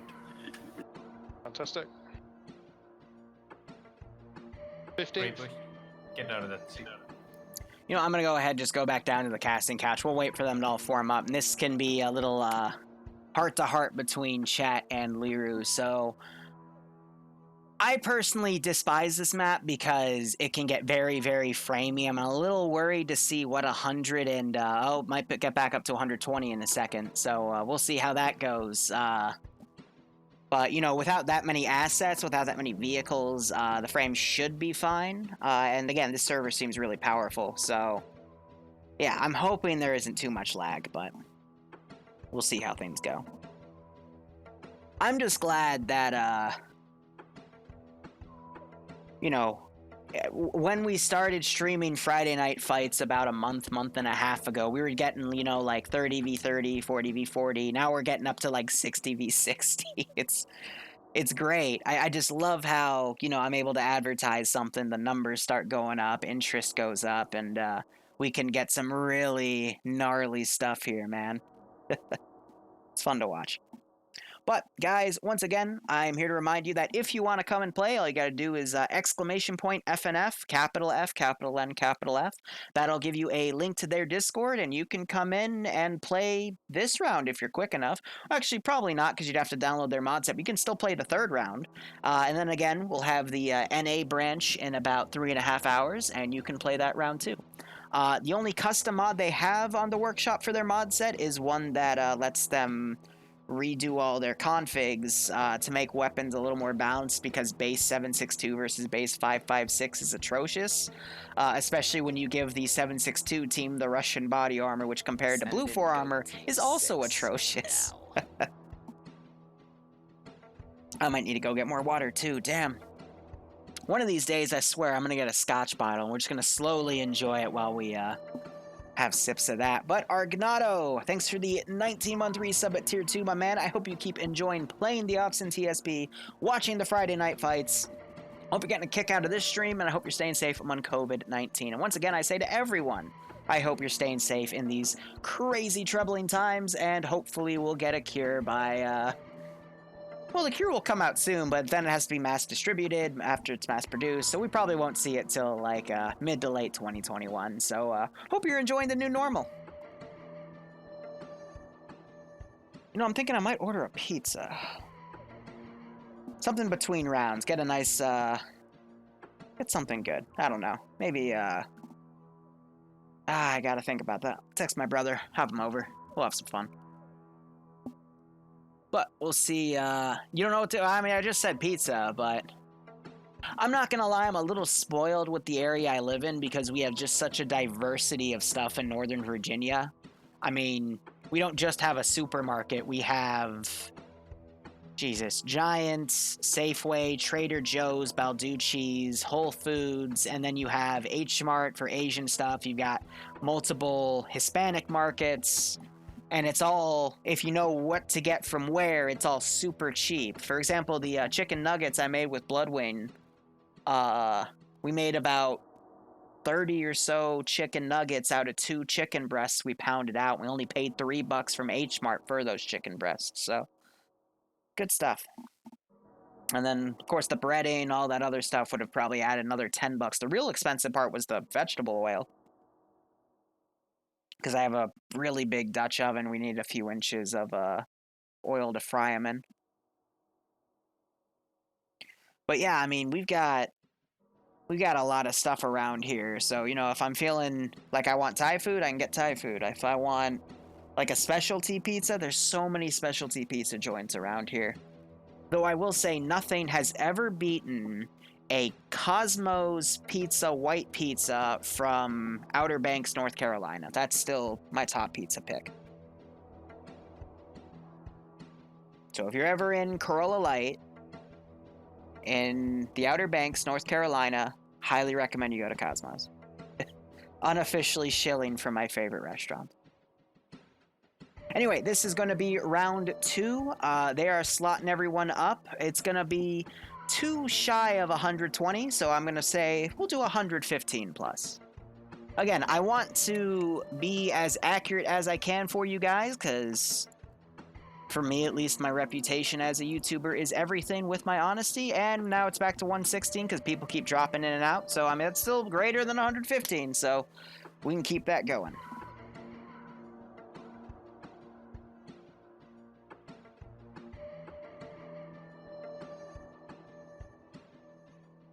Oh, I've had pizza in New York. Yeah, no, New York pizza, Brooklyn style especially, is really good, but still, like, just With everywhere I've gone, nothing beats a Cosmos white pizza. Send in Goat Team 6 now. Cyan the S, thank you for the 5 gift subs. If you got a sub from Cyan, make sure you thank him. But I hope you all, again, keep enjoying the ops. Hope you get a kick out of this second round of the EU branch of Friday Night Fights. Hope you're all staying safe from COVID-19, and I hope you're all enjoying something good to eat. Team 6 now. Ah, man. Hey, no problem, Cyan. Hope you keep enjoying it, man. Seriously. Send in Goat Team. You know, I'm gonna open up to you guys. I never thought this would get popular on my stream. I literally saw Barbarian streaming it, and I got into a TeamSpeak with him, and we commentated on his POV, because he was in the server, I wasn't. The first op we talked about was a Takistan one, and I just thought it was really cool, because when I signed up for CCO7, I kept thinking to myself, you know, it would be really cool as a Zeus to watch all these people kill each other. And the next thing I know, I start, you know, doing the commentating with Barbarian. And these days, since I stream through OBS directly, which has modules from Twitch, so I can, you know, update the title, the type of game, and I can still see chat, I don't see things like the amount of people are watching, and a few other aspects I usually would get if I just had my other monitor directly on Twitch. So when I saw that there was like nearly 200 people watching the first time, actually I think it was 216 or something, the first time I did Friday Night Fights, I'm like, what, really? Especially that the 3-way fight we had on Chernogorsk. No, that was a lie. It was the multi-life Blue 4 versus Op 4 like 3 or 4 sector thing that was like a 2 to 3 hour event. I'd love to see 120 people do that. They wanted to make that like a bi-monthly thing, so every 2 months they do something like it. But yeah, I was really surprised you guys were super interested in something like this. So, you know, I was originally only planning on doing NA bi-weekly. I saw that big number, I'm like, screw it, we'll do NA weekly. Then I have a little recitation I have to do in between the rounds of Friday Night Fight that conflicted with my Friday public ops slot, so I'm like, screw it, I can start doing EU as well. Plus, Flying Finn and Scandi Recon showed me a bunch of clips from the previous week of EU where they were sneaking in elephant grass, and they had the enemy side walk right up into their elephant grass, and they were prone, taking clips of them staring up with their guns at the enemy team point blank. And I'm like, screw it, we can do EU too. And this has gotten super popular. I mean, again, this went from a 90-person cap server to like a 130 cap server, but I think they're capped at 126 for the slots.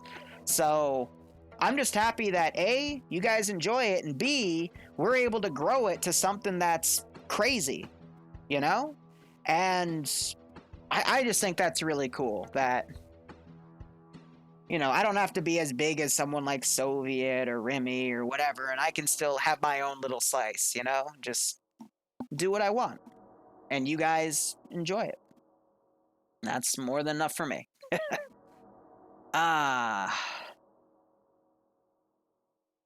I'm not going to start crying. No, I know what this feels like. Damn it, no. God, okay. Do over. Take a sip of that water there.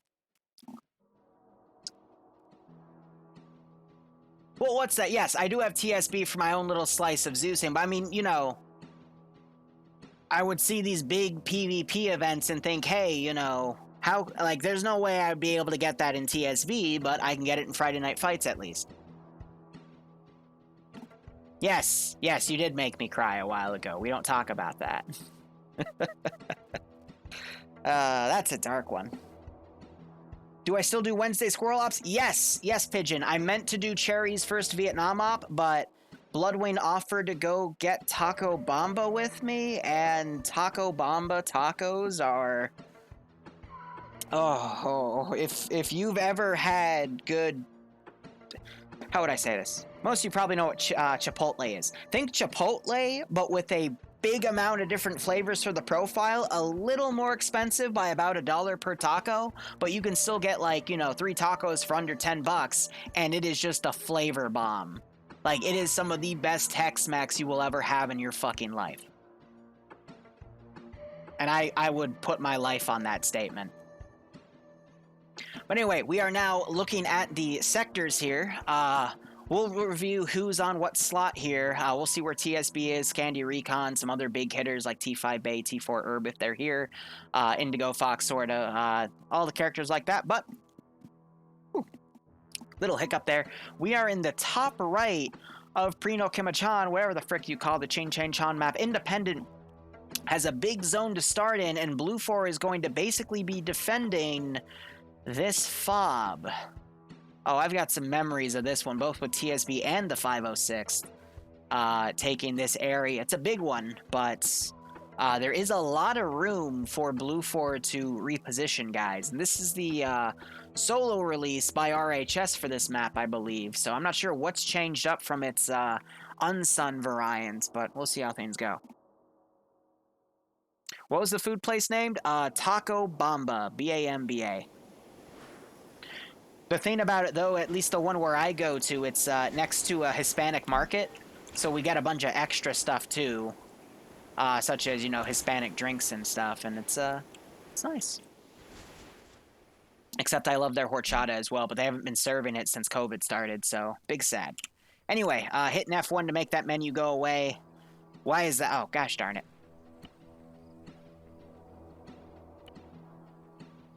Hold on. Add-on options, client. They said they'd make this a client-side thing because they switched the servers. It's because I have to reset it. Not that one. Global settings.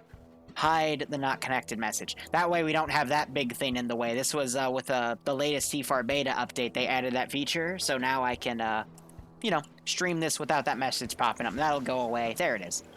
And now we can look at what Blue 4 has. So again, they have those two 111.7s. We have Boston Platoon leading for Blue 4, Logan being his platoon marksman. Classic Logan taking one of those slots. We have Scandi Recon as Bravo 1, so Bravo 1's fire team here. They also have Nas with them. And we've got Stray Dog and Pads, two big players. Pads also streaming his POV. They're going to be in one of the vehicles. Olaf from FK in the other vehicle. We see Hippie here. He's going to be the AT guy with that Carl Gustav. Fact of the house log, I think, is going to be his assistant. Looking at some other big names here, we got Wheaton being one of the machine gunners. Dingo taking one of the MG assistant roles in that team. Or that might just be the rifleman team, because I think Cirrus... They might both be assistants, actually. Again, TSB on that roster. Spider, I recognize his name. Actually, no, we have TSB being Charlie 1, working with Scandi Recon here, who's going to be at Bravo 1. That's a different Pogo, by the way, so don't get that confused. NASA being a squad leader for Alpha as well. Interesting. No squad leader for Bravo, though, and Charlie is only a single team. Interesting. So, on the independent side, we clearly see that numbers advantage. We have Pierce platoon leading for him, and we have Statenbay. I call him Stalingrad because I can never pronounce his damn name right.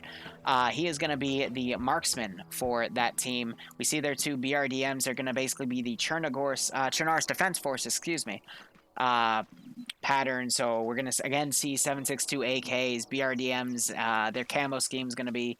actually, it looks a little different than what I normally see. But that's besides the point. Some other big names we're seeing here. Trying to see who I recognize. Striker, being Bravo lead. Mr. Zorn, haven't seen him before, but he is being Alpha lead. Wombat, I do recognize. Severe, he's being Charlie lead, so I'm assuming that his... Arma 3 Finland guys are filling in this squad, probably in C2. But we have Indigo Fox, one of the admins of Friday Night Fights, along with Dingo and Arcor. Speaking of which, Arcor is machine gun assistant for Delta 1. He's one of the head honchos here. T5 Bay taking the AT weapon for the Delta team, which is going to be an RPG-32. Dooley, one of the more recognized guys, being his assistant, so 6 rockets for them. Gorski being one of the vehicle drivers, and then I don't recognize those other names, but either way, definitely we're seeing the number advantage on Independent, so I am going to be curious to see how Blue 4 holds these sectors. Looking at these sectors themselves, Sector 1, by the way, since none of these sectors are, all of them are highlighted That means all of them can be taken at any time, so Blue 4 has to evenly spread out between which sectors they decide to take. So looking at Sector 1 here, we got a little bit of a fortification going. But it is not by much. We do have some underpass areas here, some good place to hide from grenades that are being thrown from afar. We also do have some tall grass in play here. Be curious to see if Blue 4 might try to set up an ambush or two in these rice paddies. But, I mean, these defensive positions here are also going to be really good for Blue 4 to have because it's pretty much Vietnam-style fortifications. But Sector 1, I am really liking what I'm seeing in terms of these fortifications. However, it is important to note that this bunker, nope, it just falls into the defensive position too. So again, as long as Blue 4 keeps a man in the sector, Op 4 cannot take it. So Blue 4 can just keep one guy in each sector. Op 4 won't be able to take any of them until they're killed off. This also includes for Blue 4 if they are unconscious and not double tapped. They'll still stay in that sector. But anyway, Sector 2 is the more open area right here. We have the little HQ building, some camo nets put down, a camo tent. And then the natural perimeter of this base as well, with some fortification bunkers here. I like that. Full 360 too, a bunker on each corner, so that's good to see. And then the Charlie defensive position, ooh. That's a really nice Overwatch position into position 2. However, the tree line is going to betray them here because, especially with this little bit of defilade, Independent's going to be able to get right on top of this position. So Blue 4 could set something up to watch that area. That would be good. But it doesn't really look like there's much that they can do to Overwatch that thing fully. So if I was in Blue 4's position, usually when I'm given 3 sectors to control, I would usually sacrifice one to defend the 2 others, but I mean, Sector 2 has a little bit of an issue because Sector 3 kind of overwatches it, but I'm going to be honest, I would probably hold Sectors 1 and 2 and just forego Sector 3. Sector 3, although it's on a nice higher position, the marksman could probably like go up right here and get some back shots on Sector 1, but Sector 1, I mean, you got these nice bunkers, you got this nice perimeter right here, and then Sector 2 has its own nice little fenced-off perimeter with multiple bunkers and defensive positions.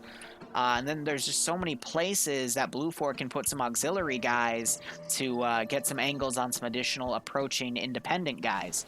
So I would just hold Sectors 1 and 2, but I think Blue 4 is going to try to keep it even. Hopefully they won't spread themselves thin. We're also seeing Yanni doing an outer patrol here, I guess trying to get a feel for what's around. But since this is a Vietnam map, there's a lot of places that Independent can maneuver. There's a lot of defensive positions Blue 4 can take, but Independent is going to have to use that maneuverability to hopefully get the advantage here. Now, looking at the AO, there's 2 routes that Independent can field those vehicles in because those BRDMs driving through the jungle is going to be an absolute nightmare. So they're probably going to have to keep them on this MSR right here. Actually, looking at the roads, I think they're both MSRs because they're both the same style of road here. Yeah, so this is just like a dirt messy road, and then the other one here is also a dirt messy road. So 2 MSRs coming in, but I don't think... No, Independent actually does have room to reposition the vehicles to come on from this MSR right here. So if I was just looking at the map, seeing this high hill point area, I'd probably send a squad to come around here, another squad to come around here, 1 vehicle down that route, 1 vehicle down that route with another squad, and I would just kind of get a concave here. And now you're probably wondering, but Liru, you usually say concaves are bad. And yes, I agree with you. But when you have that many people, you want them to spread out a bit more evenly, because otherwise you're going to run into the issue of what we saw in round 1 of EUFNF, where an entire platoon went to 1 objective and got absolutely slaughtered because the other team started playing guerrilla tactics, getting behind their line and just mowing down multiple people and making very positive trades, where, you know, 1 guy would die, but that guy would get like 3 kills on average. So you want to get that concave going. Yeah, when you have lesser numbers, then you want to keep things together, especially knowing that Blue 4 is going to spread their guys out at least to 1 or 2 objectives. But Blue 4, since they have numbers to burn, we might actually see a counterattack set up. I'm seeing a 249 machine gun, so this is about a squad with the Delta team. They might go up this MSR and try to hit Independent in the rear, so That'll be interesting. Risky to play it, though, because those guys could be added to Sector 2 for perimeter security, but we'll have to see how things go. Freya, I'm not sure if I caught your team in the 1117, but I did get footage of both of them doing a lot of good work, so we'll have to review that back. And Yanni is indeed the TSB MILF. We see his picture every public op nowadays because it's just him with the girl filter, and that's who we call Yanni's mom. That's another inside joke. But yeah, no, if I was independent, I would go for, you know, a big perimeter concave push. I would keep the vehicles secured between infantry to give them the best cover I can. And if I was Blue 4, I would just hold Sector 1 and 2, and I'd probably also have a maneuver team try to hit independent on the rear as well. Because, I mean, this position, you're not going to hold, because independent can literally push an entire squad up here. Now, they aren't able to tell from the map that they can do that, but I mean, you'd obviously go from the forested routes. So, Blue 4, upon seeing that, I wouldn't hold that at all. Indigo, it's just exclamation point multi. There's no Twitch at the end. It says it in the title. But how are you doing?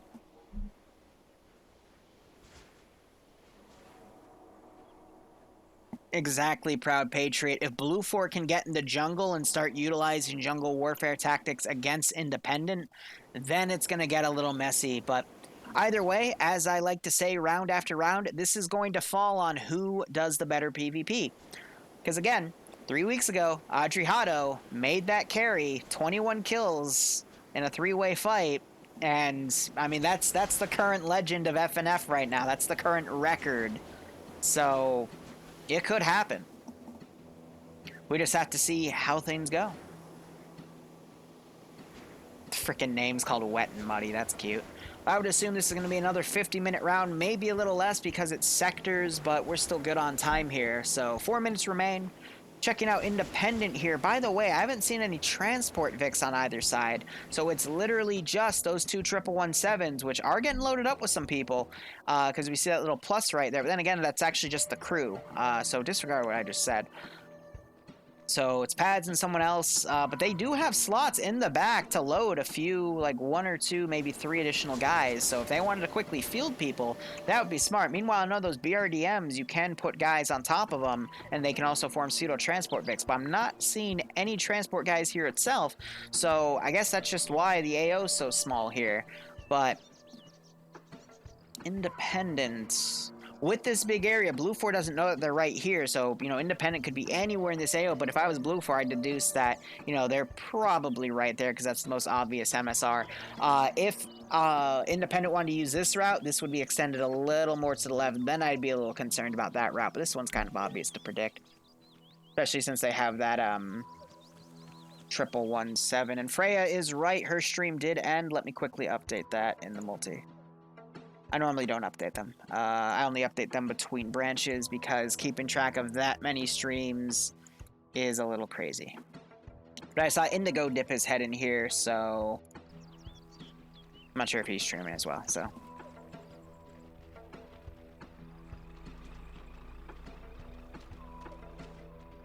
Now we're starting to see Independent fielding some guys on the forested area over here. Again, one of the routes I would recommend because that is going to let them get right behind Sector 3 and backcap that. We still have a lot of guys around here.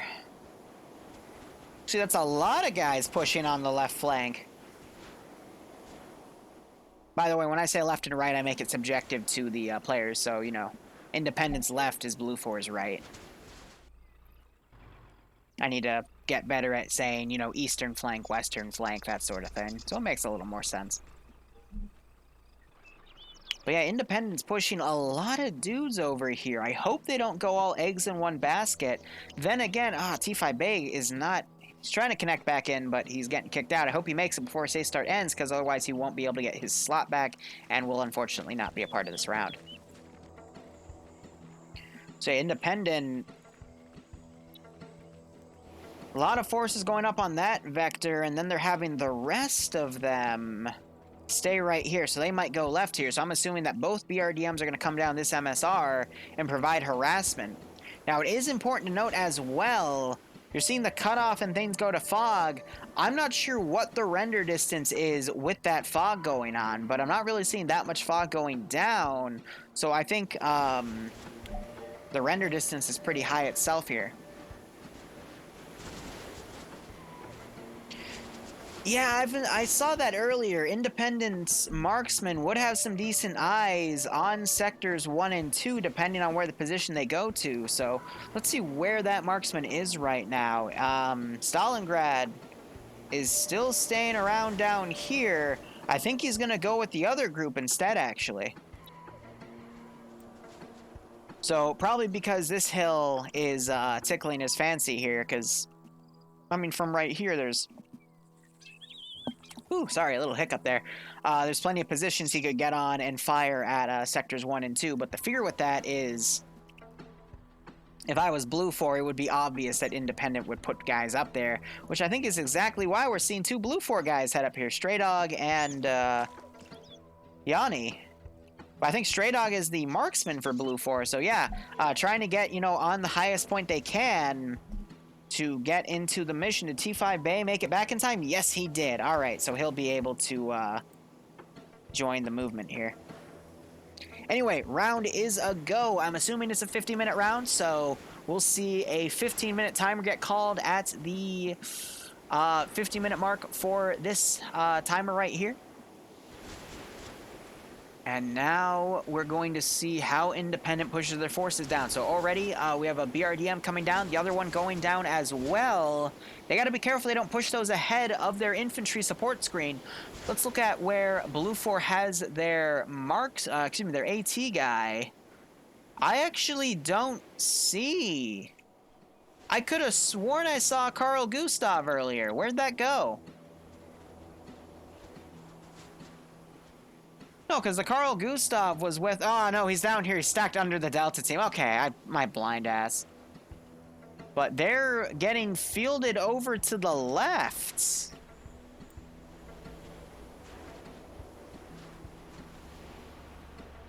So I guess they're thinking maybe Independent isn't going to be so obvious with their vehicle deployment, but Independent's being very obvious with that vehicle deployment. So that MAT team gunner, whose job will be to take these vehicles out, is already going to be out of position here. Also, looking around, I'm noticing a little bit of a frame, like a little bit of a framiness looking over here, but it's still at about 25 to 30 frames looking in that direction. But looking everywhere else, I mean, it feels great. So a little bit on the low frame side, but that's expected with this type of map. Are mortars allowed? Yes, it would be. They would be listed in the operation assets in the beginning on the top of the mission selection screen. I'll add that in the mission command if I know mortars are down. So, for example, there's BRDMs on Independent side. Blue 4 has 2 117s. They both have a main gun and a coax, but the BRDMs are going to have the bigger caliber for their main gun because this is a 14.5 millimeter, which is bigger than the 12.7. So that has a lot more penetration, wink, than the 50 cal on Blue 4's side. But there's advantages and disadvantages that each side does have in terms of gear and equipment. But it still balances out quite nicely. Also, Peter, have a good night. You probably already left, though.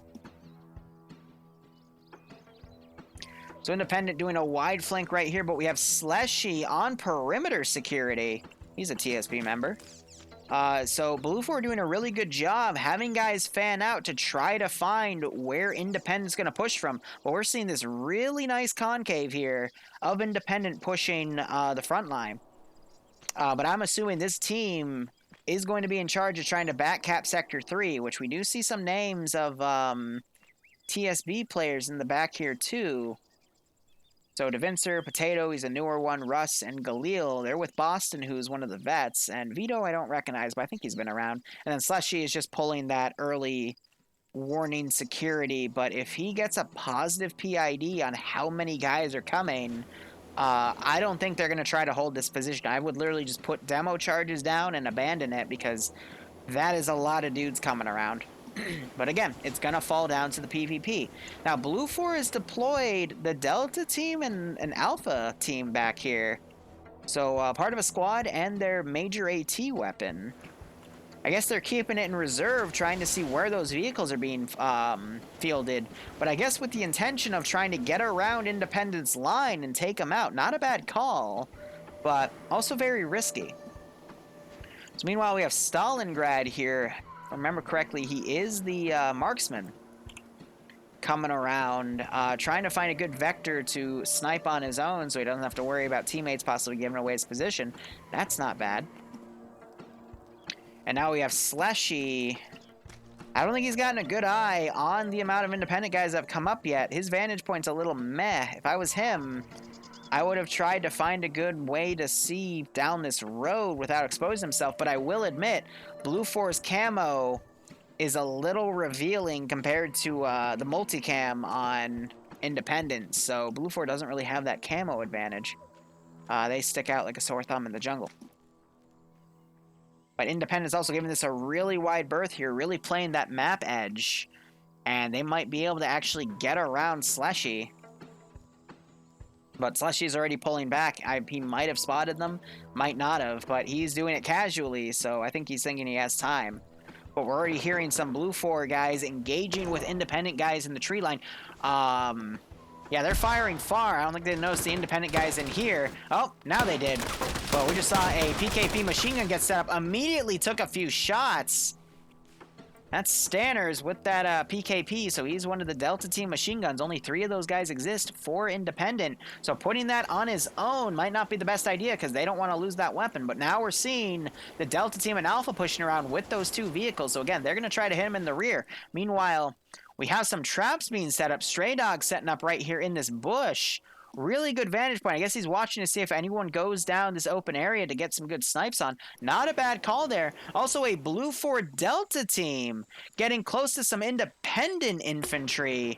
But I think independent might have spotted them. We just saw a grenade, heard a grenade launch go off. Yep. So that is going to be courtesy of Dooley with T5 Bay. Again, T5 Bay is the AT guy, as seen in the roster here. So them engaging a machine gun team might not be the best call, but we got a lot more independent that can be pushed down to deal with that.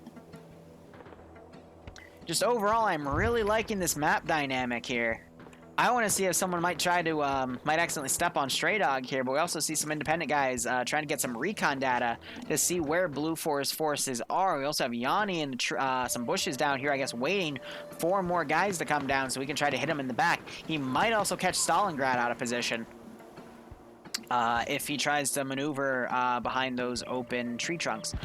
But trying to find out where Yanni is facing here. He's facing uphill, so we probably won't be able to see him. But now you're hearing more rounds being exchanging fire here. It's hard to see the tracers because the trees cover them, so I apologize, guys, but that's just part of the map. But now the Delta team's trying to maneuver around the original Grenadier that shot those rounds in. A little cheeky right there. And we're also seeing Blue 4 exchanging fire right here. There is a dead body. Stander's assistant died, probably got picked off by a machine gun. And we're just seeing a lot of guys in various angles here. And we're seeing Stalingrad starting to get some marksman shots in.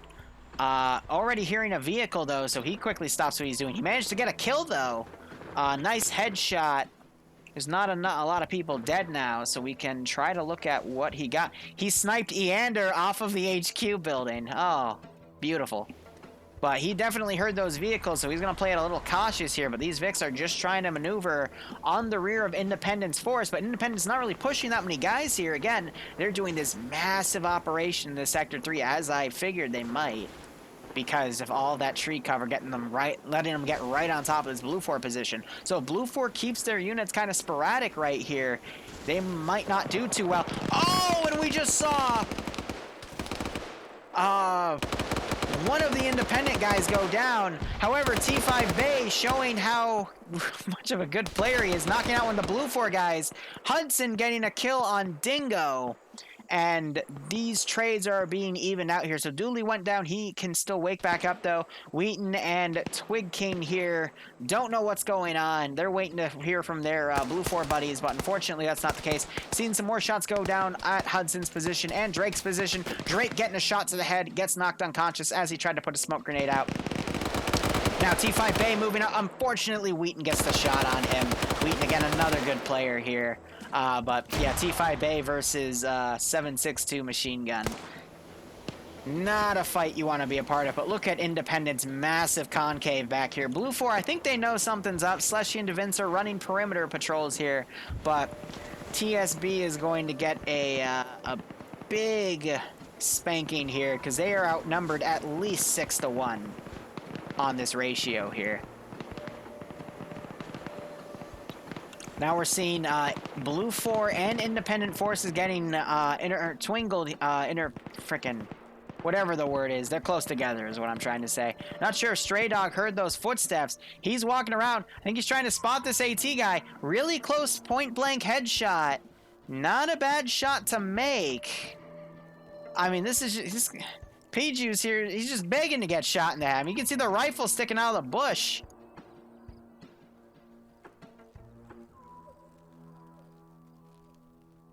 I think he's going to wait it out because he doesn't know who else is up here. But that's an easy free kill right there. Also, Stalingrad has pushed north. I think he's trying to track those 117s. But instead, Stray Dog opts to throw a grenade instead to not give his position away. Not a bad call, but that's not going to guarantee the kill. If anything, he's going to now be alive and say, hey, someone was close enough to throw a grenade on me, and that's still going to get him alerted. So not the best thing to make, but I can understand why it's done. So Wheaton, T5 Bay still down. Dooley's still down. Wheaton lost his assistant Twig King, but he has a lot of independent guys now walking around hunting for him. But will Wheaton hear those footsteps? Looking around, Independent starting to get a massive force to come in here. We just heard a Carl Gustav shot land. It sounds very close to a mortar. And now Blue 4 is counterattacking up here, and we're seeing a little skirmish come down. So Stray Dog has also... Nope, that's a different guy. I'm not sure who just... that was a Blue 4 guy that went down. Not sure if that was the friendly or enemy fire, though. And now those 117s are also being fielded, so Independent's probably going to lose this one flank. We just saw Wheaton get a kill on a guy right here. Was that Arcor? No, it might have been, actually. Montgomery is trying to play ring around the rosy with Wheaton as Wheaton was stuck reloading that machine gun and unfortunately goes down. So it wasn't Arcor that went down, but he might be able to get Bay back up, and if they find Dooley, they'll get him up as well. But, I mean, that was a decent kill made right there. And now we have the massive Independent force back here firing down on TSB. So Slashy looks like he's been hit quite a few times trying to reload his magazine, and we also have some additional guys around here, but how much of TSB has died? So Audrey Hotto's gone down, though he was a little more ways away over there. Potato getting a trade with AF there. Mossy pre-firing to see he's down. He's going to go for the double tap, though. There goes Potato. Russ, that's a really cheeky position to be in. But yeah, you can climb onto the rooftop of that ruined building and get a few licks in. But now we have Mossy trying to stabilize AF. And we still have fire coming back and forth right here. They still don't know where Slushy is. He got knocked out and double tapped in the head. Because that machine gunner was still able to see him, unfortunately. So Blue 4 is now going to be pushing off this position. I'll be curious to see what Roos does in this position. But yeah, there's a lot of dudes around here.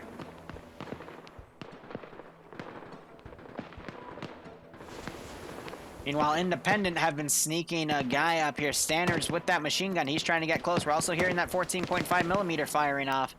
Let's see. That was Amanen getting a shot on Bluck here, knocking him out. Waiting for this 117 to look down and... Oh, come on. He is plain as day right there. I think he's pushing forward, though, to get that shot. Yeah, there it is. He rolled out of the way.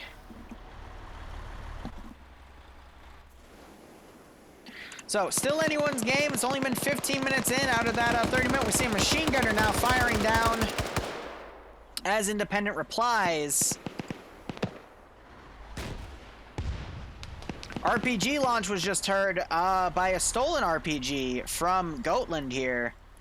Just on a single dude, but he's still up, but he is badly wounded. You saw that blood back there. Been hit quite a few times. There's a headshot by Goatland. That's what he was looking for. But I'll be curious to see what Lich Stalingrad is able to get in. He's only got 1 kill so far.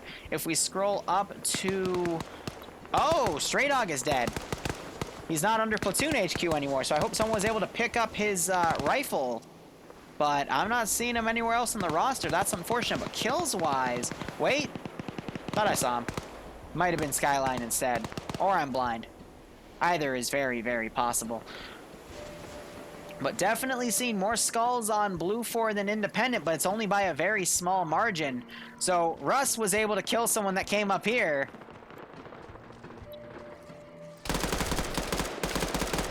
.260 also going down, but yeah, Russ is gonna camp that spot. Independent needs to get some grenades up here.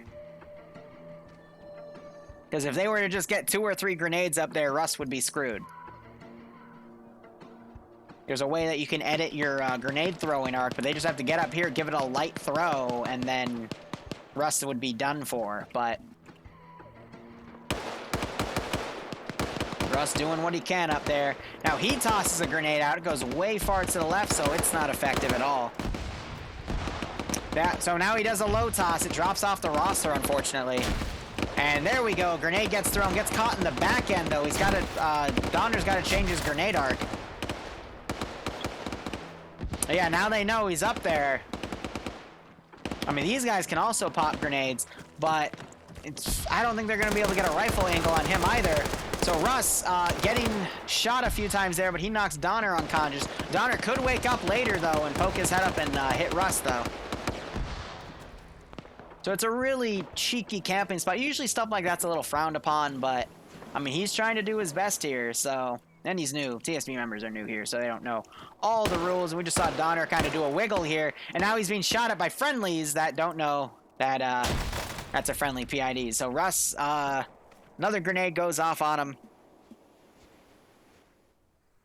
Donner attempting another wake up, but that's not the case.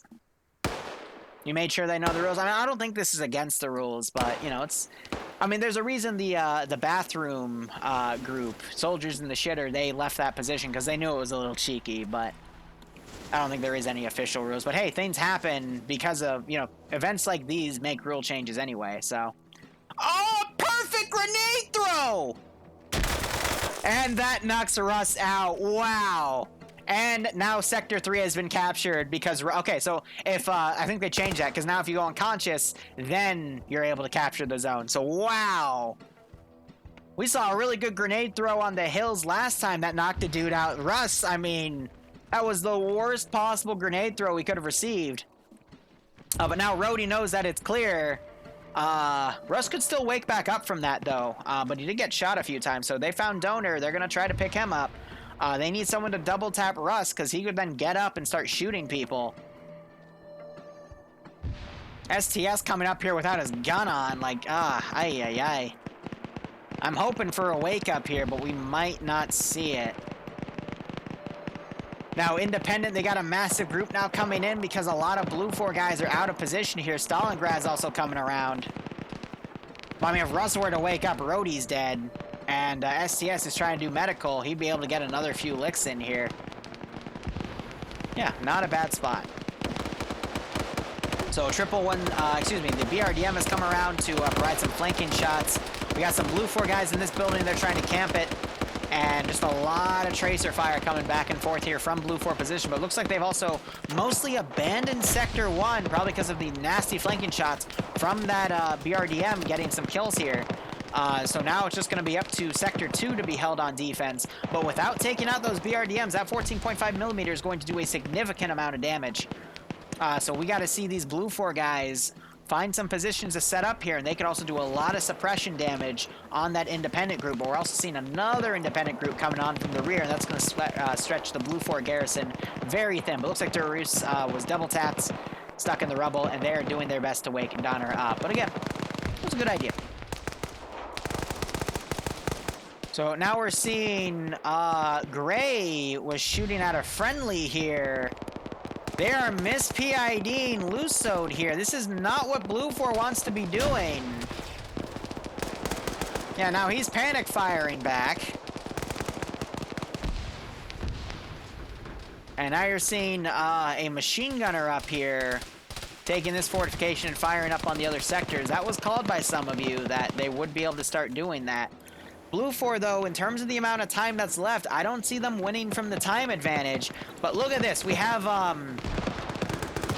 a few guys that have gone down. So Hazard and Robbie were able to kill one guy right there. Oh, a beautiful Carl Gustav hit on that BRDM. Montgomery coming in, though, and sweeping out 2 kills with that BKB. He's for 4 right now.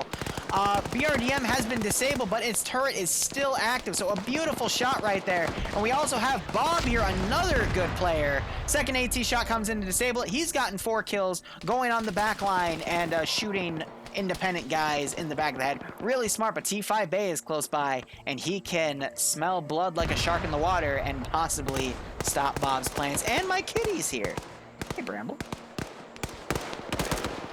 So Bob is shooting, gets a shot on Severe in the back, but he starts getting engaged by T5 Bay, who pushes up on him. Bob quickly taking cover. Doesn't notice to Clark right there. Bob now poking around. He's taking shots from the rear, though, because he is surrounded, and he goes down, unfortunately. T5 Bay, like I said, he will smell blood in the water and hunt you down. And once people realize that there is a Blue 4 guy in the midst, everyone just turns around, quickly finds him since he was on the edge of the tree line, driven out by T5 Bay. He is a gunner. Shame there. But now we have the 117s repositioning and getting some shots out. Looks like, I don't know what he's firing at back here. Maybe he thinks there's a body back there or something. But now those 117s are going to be able to stop the advancing of any independent forces on that flank. Second one is also up there. So that attack vector might be stopped. It's going to be reliant for independent to attack from the south on this position. But looks like they're already spotted. We're seeing Naps doing some keyholing from this window in this wreck. That is a really nice spot to get some shots out. But still anyone's game, in my opinion. Blue 4, I would say, is starting to get a little more of an even number advantage now. We just saw another 117 snipe on a guy. And, I mean, yeah, this flank is pretty much screwed because of those 117s. Now, we could see... Looks like the other 117 ran into some wheel trouble, but, excuse me, the BRDM, it could come up and get shot. Galil, thanks for the resub, man. I'm sorry you got shot. You had literally a platoon-size element come up and hit you in the ass. That was pretty, intense there, but thanks for the resub, man. Hope you keep enjoying the ops, both playing and watching. Hope you're enjoying Friday Night Fights, both playing and watching, and I hope you get a kick out of this. And an RPG shot came up here and destroyed one of the 117s. That is exactly what Independent wants to be doing. I'm not sure if this was by friendly or enemy. Or if that was just them getting armored. We also have an explosive going off back here, but it was a clear miss, unfortunately. Traps, I would say, are only like 9 out of 10 times they're worthless, but that one 10 out of 10 will get like a quadruple kill, and that is what makes it worth going. But yeah, this 117 still firing down here. Victor crawling for his life. But looking at the skull count here, Independent, we got a good amount of skulls here. Still a lot of people up. And then we also have a lot of skulls on Blue 4, though, but still a lot of people up. I would say it's pretty even, but we also got to see how much this independent force steamrolls, because Blue 4 does have less people still. But Blue 4, they do have the fortified positions here, but that can also be a bit of a curse because that only exposes their head. So if Blue 4 gets hits, they're going to go down. Because usually in PvP, you see people aim center mass, which would be someone's chest. But if someone only has a head to aim for, they'll aim for the head subconsciously. And that can be... that's what gets people killed, because a headshot is an insta-kill. Now, RPG round came in. I'm not seeing any damage, though. We just saw another RPG shot come in. That was also a miss.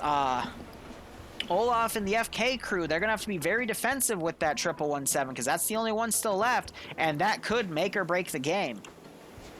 For Blue 4 at the very least. Meanwhile, Independent still trying to get this other BRDM online. I know they lost one, but looks like it is now in play. They just had to repair a wheel, so both sides still having a vehicle up. Still anyone's game. Which is the only visible target. Yeah, exactly. So Independence behind these bushes here when they're prone. It gives them a lot of places to fire from. Blue 4 will have to either find them directly or more than likely just start spraying through the bushes. But it looks like they are having some trouble trying to spot targets here, but they are taking some pretty accurate fire from Independent. See, multiple dead bodies up here. Yeah, this building is a death trap on the rooftop because it just exposes you and it raises you above the level of the shrubbery, so it makes you a very open target. But now you're seeing Independent propping a lot of smoke. Looks like someone threw a frag on accident, but they're going to start in advance. Now, if Blue 4 sets up a machine gun, they could score a lot of kills right here. But we're also seeing remnants of this other push on Independent come down. We see 5 Blue 4 defenders. Looks like a pretty even fight, but we're also seeing NASA, who is a squad leader. He's going to try to get on the rear of some of the Independent guys and hit them from the back. It's been working so far. Love to see more of it happen. And then Stalingrad here, he's gotten 3 kills so far and maneuvering around. We'll see what he can do with that marksman rifle. We have Mountain here and Pads, 2 really good players. They're also just trying to get bearings of what's going on. But smoke rounds also being fired from GLs to just put a bunch of smoke out. I really don't know what those are used for. And Galil gave us sub to what's that? Aw, isn't that nice? Hope you both keep enjoying the ops, both playing and watching. And I hope you get a kick out of this one. So Independent, they've popped their smoke out, but they're not really doing a lot of maneuvering here. Them sitting outside of the objective isn't going to do them much favors. But Blue 4, Nemesis and Nafs, 2 very deadly players. And Nemesis has a 249. That can change the game. Because Nemesis, you see him do a lot of damage. Nafs, I know, is a good PvPer that likes to go off on his own. But these 2 guys, if they get first sight on the Independent force, they could definitely get a lot of kills in here. And we just saw Nemesis get a double tap kill on one of these guys. That gave away their position. A lot more smokes being popped. Nemesis pushing up the cover, getting a double kill right on the spot. Goes for a triple. Holy crap, 4 kills in the blink of an eye. 1 guy going down. Like I said, this is where it can get messy. How many kills does NAF have? NAS has 2, but they are gonna pretty much gut this push here, and they're both still alive getting kills. So Independent took way too long to advance. Blue 4 committed 2 of their really good players on the flank. I mean, just look at all the unconscious symbols here. And these 2 guys are still up. So they're now trying to take fire on Nemesis here, as Nafs is now poking out and getting some shots in where he can. Nemesis is going to pull out of that position, get behind a different piece of cover, and try to get another angle here. But there was no good cover from this push that Nemesis and Nafs made. And now these guys are going to pretty much annihilate this flank. This is forcing other guys to now push in, but now you have base defenders like Jonathan here getting a few kills in. Nemesis is now running up right on top of Independent forces. Oh, but Nafs is saving him. Here comes Nemesis getting another drop kill. Rory trying to get some shots off. Nemesis going crazy, unfortunately going down in double tap, but look at the damage. Look at all of the guys that are down. It was beautiful. That is the type of play you want to make in this situation. Naf's on 3 kills, but I can't give him an accurate kill count because just look at all the down guys that they knocked out. Like, between them, they've at least gotten a dozen kills and downs here. And Nemesis could still potentially wake back up. But holy crap, that was the play they wanted to make, and now you don't see any more Independent forces. I mean, the BRDM is here, but that's the PvP you want to see. That can change it in the blink of an eye. Yeah, no, TSB guys have been doing really well. Whether it be the actual TSB division or the Scandi Recon guys, which are still considered TSB. So I don't think he could do a late wake up, but yeah, you don't want to get on a one-on-one with Naps. He will drop your ass. He's one of those kin of the hill guys, man. Sure, he does walk off on his own. Sure, he can be a little bit of a messy squad leader, but PvP is his go-to. And I mean, it's shown here. This entire flank for Independent, I mean, it's done. Jesus. Beautiful. I'm glad we caught that too. So BRDM has pushed up. They just lost a guy. Their gunner got sniped out by the 117's 50 cal. 14.5 can penetrate, but so can the 50 cal penetrate the BRDM. And this vehicle now driving back for its life. Looks like the gun is also disabled because it's looking downward. Yeah, Independent, even though they just captured that sector, Independent has lost that numbers advantage. Flying Finn also coming around to join NAFs. Wow. And we still have a guy back here. I think Snow is just AFK. But Blue 4 are starting to also collapse around Independent's position here. Independent still well hidden. We still see guys like Indigo Fox and T5 Bay, some really good PvPers. NASA also really good, but he might be caught out of position here. No, he does not. Instead, he might catch some Independent guys out of position. He's getting stuck on the barbed wire, though. He's trying to vault in between it. If he was a little to the right, but he might expose himself. But these guys are maneuvering around. Mountain, however. Mountain's going to get his gun out. I guess he was playing dead body, but gets dropped by Freddy because he didn't pull out the gun quick enough. Oh, that was a little squandered by Mountain, though. But look at this. All the Independent guys are down. Jesus Christ. Naf's on 5 kills. Flying Finn crawling up. Nemesis unfortunately bled out, but I guess he got the double tap here on all these guys trying to make him S-Cast, because you can see his tree from that position gets still guys. So wow. Wow. TSV just annihilated that flank. And then you have the 117 that's pulled down, suppressing the shit out of this Vic, make sure they're all dead. Zero has bailed out. You can tell he's in the Vic crew because he's got the earmuffs on to... you know, it's a crew, whatchamacallit, crew headset, that's it. And then some Independent guys also desperately trying to push down. Pierce getting a double tapped on Fax there. T5 Bay crawling up. Oh, Mox gotta be careful. He hears those crawling noises, though, and he is reacting to them. And he throws a grenade out. It's a little short, but that's gonna be close enough to knock T5 Bay as he crawls to it. Another grenade going out as well. That one bounces off the barbed wire, lands a little to the left of T5 Bay. Another grenade going out. Another grenade going out as well. Whew. That one's a little late, but Mox might have noticed Pierce right there. Oh, he sprints into him. Looks like they traded. Pierce went down. Moxie died. That's unfortunate. But now it's just a lot of scattered units engaging each other. Naf's looting from the dead, seeing what he can get. But, yeah, Independent are... There's only 2 guys up for Independent right now. Meanwhile, Blue 4 has a lot of guys, too. Staff trying to get up... Stalingrad trying to get up on the rice paddy, but he gets picked off. And I think this is it. Unless T5 Bay can pull another big clutch, and he is a player capable of that...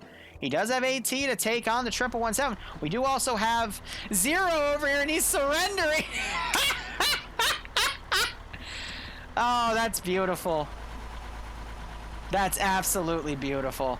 I've never seen a surrender in Friday Night Fights, but in his case, what can he do to a 117?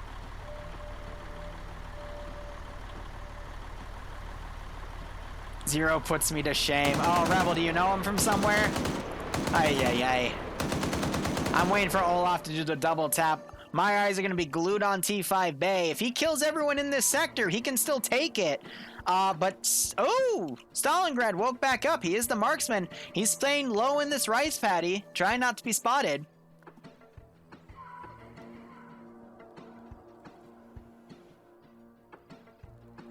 Looks like they're torturing him. He's been shot. Oh, no, he's bandaged him. Nice.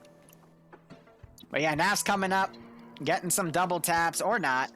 He's just making sure that entire sector's clear. So, Stalingrad and T5 Bay, I mean... anything's possible here.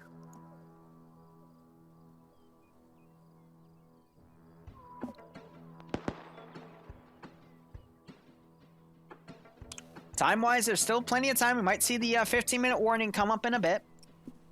This is also giving time for Blue 4 to fold their guys back and just hold this last sector.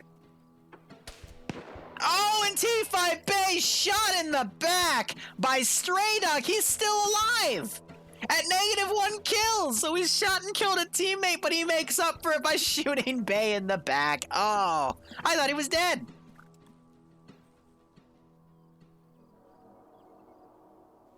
Yeah, that's exactly right. They smoked their position. They had a good base of fire, but they didn't push up. And in that stalling, that allowed Nemesis and Navs to come around and just completely murder that position because no one was watching 360. You normally don't see that. You don't really see 360 done here, but Olaf drawing his handgun. I think he's going to put 0 down. Oh, no, he doesn't. T5 Bay waking back up, though, crawling into the compound. He's got people like NASA to contend with, but NASA has his back to him, but will Bay spot him? Bay instead working on bandaging. Might see that 30-minute call in a second. No! Hippie spots Bay and kills him dead. And Bay Potato also knocking out Stalingrad, and now it's up to 0. But 0 has unfortunately been pulled over for a DUI, and Olaf... Come on, Olaf. You gotta put him down. I know you made a friend, but you gotta wrap it up here. Come on, Olaf. I know he's your friend. And there it goes. Olaf with 5 kills from that 117. And that is GG. There is still a guy alive back in spawn, but he's been AFK, so I can't type to let him know, because that would be cheating if spectators could do it. But yep, that's a GG. Blue 4 has won, and that MVP moment has to go to Nafs and Nemesis. Absolutely. Because had they not done that, Independent would have probably gotten in here and gotten some kills, but let's go up and listen to all of that chatter. While we do that, I am going to look at the multi and see who's still working. Hiding is the superior way to survive. We survived up until just the very end. Unfortunately, we were all distracted by the hostage situation that happened. Yeah, I was also distracted by that, and then I got murdered. So who was? And you forget that the thing is, when you have a hostage situation, we can all zoom in to hear it when you rat out your entire team. But good Amazing. job. He didn't do it. He didn't do it. So, okay, can I please have all community leaders give me your numbers ready Alright, for the last that round multi's of still FNFE? good. Everyone's still streaming on that perspective. Anyone in Antistasy, please message me if you're leaving. In fact, actually, don't worry about typing them. I'm just going to run through the list and then tell me them. 3 rounds, jeez. SR is 5. Alright, let's see what the next round is all about here. Tab back into Realise Arma. there's quicker ways than actually having to read them off. So, Zulu community, how many have you Kalama got? Winter. 12, 13, something like that. Bro, 19. Do you say that was 12 to 14? Because that's 13. Okay, 12, lovely. Anti-Stasi? We'll go with 10. Arma Finland? 7. Oh, sorry, 11. Who's that for? Anti-Stasi? Affirmative, Antistasy. Lovely. 19th? 7. Bush Warriors? I'm gonna go ahead and shut the music off. 5. This is a winter scenario, so I might do Skyrim winter 7. music just for the lulls. 6. Hold on. So let's see. You sure you just got base bid arrived? Blue 4 7. is destroying up 4 caches. Okay. 13th? 1.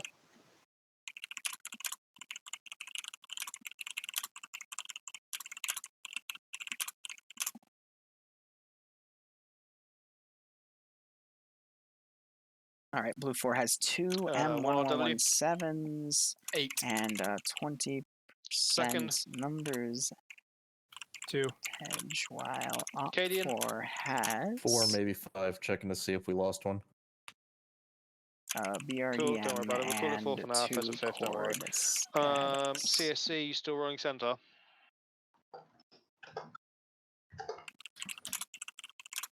Cool. EVETs. BPL. 1 person. Centaur. Roger that. 29th. 7. 15th. Alright, so let's see if the mission command updated properly. Is that someone from the 15th or was that just somebody hot micing? Cool. PLH. 5 gamers. TBS. There we go. What TBS? TSB. 9. Alright, all the commands are updated. Guys, I'm gonna BRB 1 minute. I just gotta get 9 people. 9. Oh, okay, sorry. That was a really bad trick. FK. 2. Balls. Alright, everything's good. I'll be back in a second. I gotta get more Thank you very water much. because 242. it's really hot in my office today, despite the outside temperature being like 60 degrees. So, Lovely. Any more groups that have showed up that haven't been mentioned there? Cool, perfect. Right, let's begin slotting. Can we please get... Oh wait, hang on, what have we got? We've got destroy, attack, defend, blue for op 4, 20% blue for advantage. So to confirm that's blue for attacking, correct?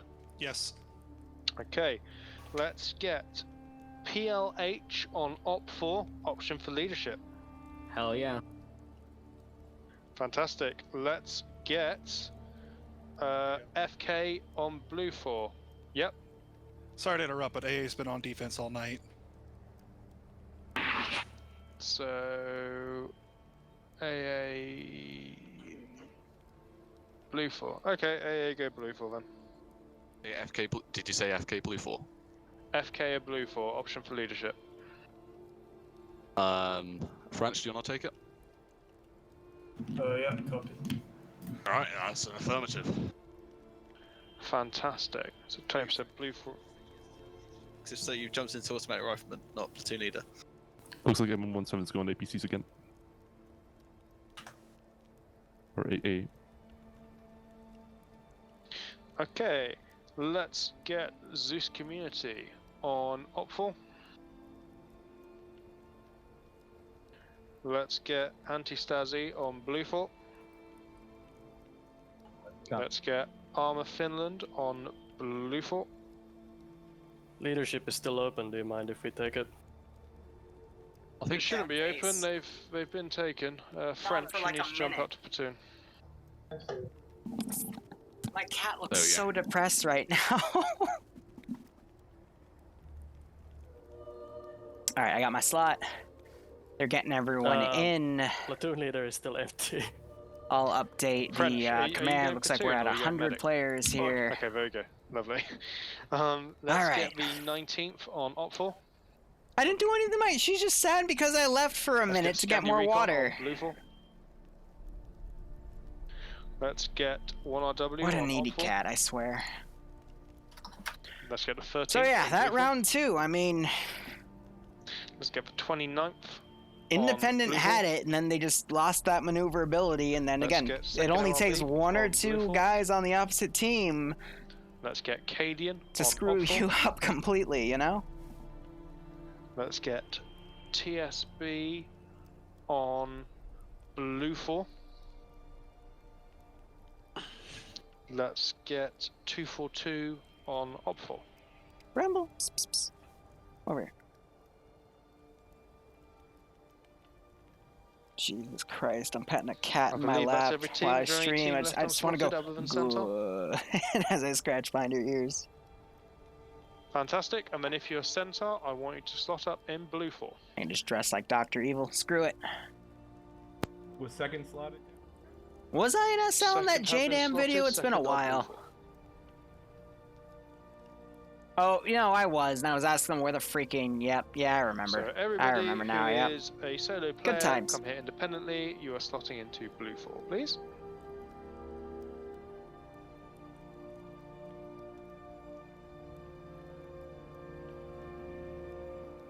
Whew. So this will be about. Wait, did you need me to bump out, or is it okay? 55 v 45. No, you're good. Alright, up. Summer's base. Okay, so Potato and Private Haggadorn, are you guys struggling to slot? Along with Chub and Jello? Yeah, something like that. Ah. Liru is now evil. I literally just joined the server, so.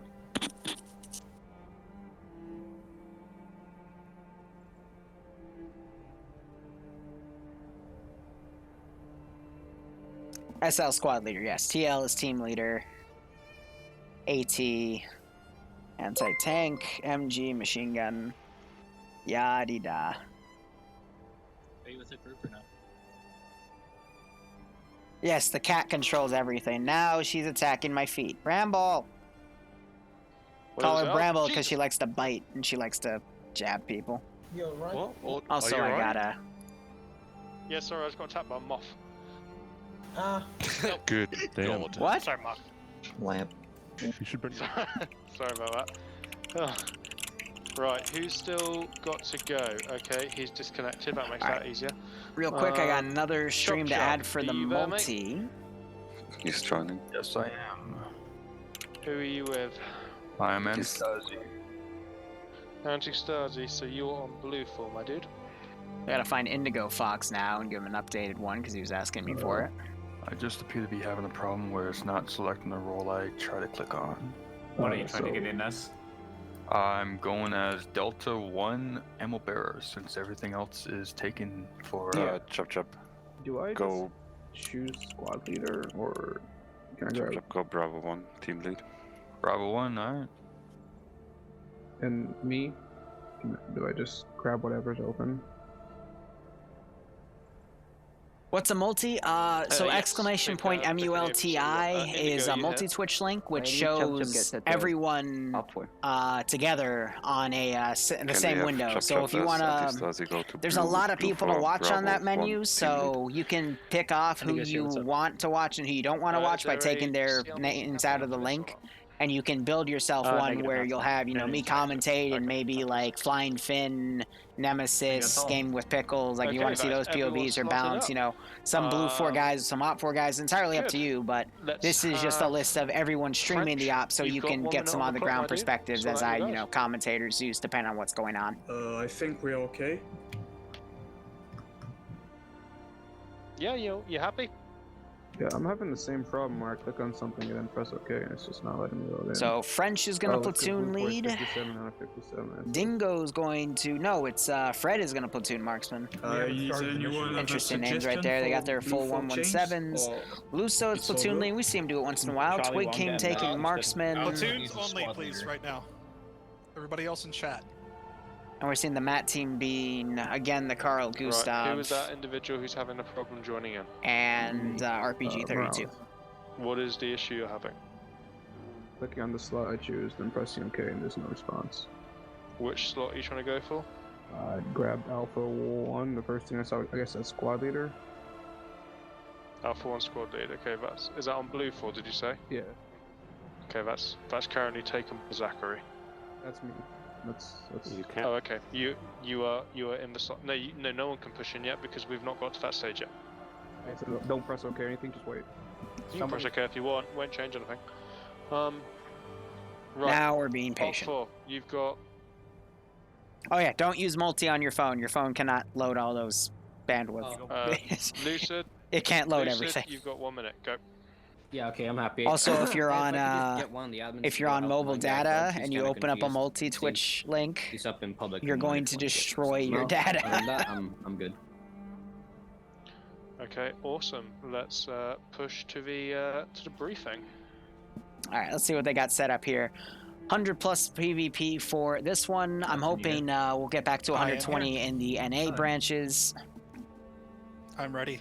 But I'm, again, liking how we're gradually getting bigger and bigger here. Don't worry, you got plenty of time to rejoin. Apparently Wheaton's streaming. He didn't give me a link, though, so that's fine. People, again, it's optional. People can go stream what they want. Got some Morse code right there. Beautiful. Beautiful map. Beautiful. Oh, it's gonna look even more pretty once you get in. Nice Morse code. Hey, I'm getting errors with my mags. Is it kicking you off the game? I'm surprised you're getting errors already. We're not. All right, I'm gonna go down there. I don't know what errors they're talking about here. I'm gonna turn down the music just a hint. And let's go over what this round is all about. So Op 4 is defending. We got these 3 black zones right here. This represents a where an ammo cache is. The ammo caches can be destroyed in any particular order. It doesn't really matter. Blue 4 going to start by this gas station. Not a lot of room for them to maneuver, though, so that'll all be taken up by time. This will probably, again, be a 50-minute round, but it might go all the way up to an hour. Depends. So, we're on Halama Winter, which is a really nice, beautiful map. I think it's 10 by 10 or 8 by 8. It's 8 by 8. But Op 4, it's going to be interesting because they have some statics and a single BRDM with the 14.5 millimeter that can shred those 1117s, but likewise, those 1117s can shred the BRDM and do a lot of damage with those 50s. So, if I was Op 4... I'd be curious to see what's here, because obviously there's nothing on map, but this is probably going to be a custom base, and someone was saying, hey, just wait till you push in, you'll see how quote-unquote beautiful this map is, so I'm willing to bet there's probably going to be some custom fortifications here. So, we'll see how things go. Excuse me.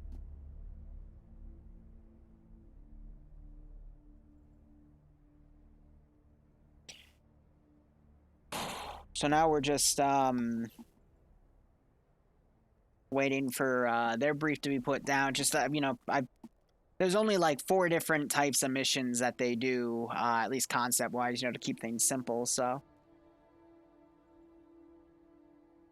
actually, yeah, so there's caches, there's sector, there's attack defense sectors, there's terminals, and then there's the single sector control, which is usually a 3-way fight. And the variations can be one of the objectives has to be done one at a time, or they can all be done at the same time.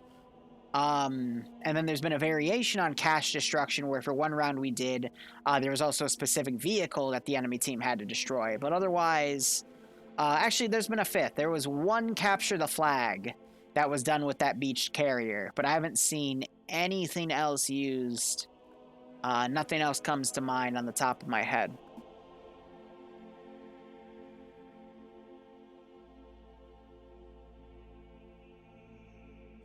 And there we go. So we're going to go ahead and hit F1 to make that menu go away. I'm going to hit P and J to, because I always forget which one lets me see tracers, because I'm a bellend. And we got some nice snowfall going. It's also lit pretty well. It's a little bright for NVGs.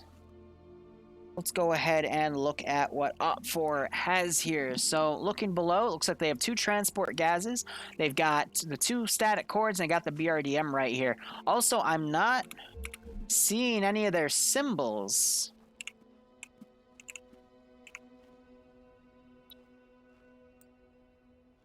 That's interesting enough. I don't know that much about spectator mode itself, so I don't know if it's something they intentionally do, but this is going to make it a little difficult for me to track people. I'll have to rely more on that left side roster, but that's okay. So, yeah, we got them pretty well hidden in the map here. We got kind of a white and black flooring here, so that green isn't going to be too good for it, but it's on the darker side, so it's not the worst thing in the world here. But yeah, no, this is a pretty beautiful winter map. I do like this a lot. But looking over at the blue 4 side over here, we have everyone set up. A few different flags here. A lot of transport Vics, so blue 4 can get into the AO quicker, and then the 2 1117s. All right. Sorry, my left eye is twitching. It hurts. It hurts. But looking at the cache site over here, so we have 3 bunkers and then a... I wonder where the cache is, guys. I mean, that's a bit of a funny thing. I was expecting more of a little custom position, but, you know, 3 bunkers here isn't the worst thing, but, you know, fighting against these forests is going to be a little difficult here. Meanwhile, looking at the other cache sites, looking down to the south, we have a cache in this building, which... How is this thing not armoring itself? What? How is... That should be blown up. And they're gonna blow it up, so... I'm confused.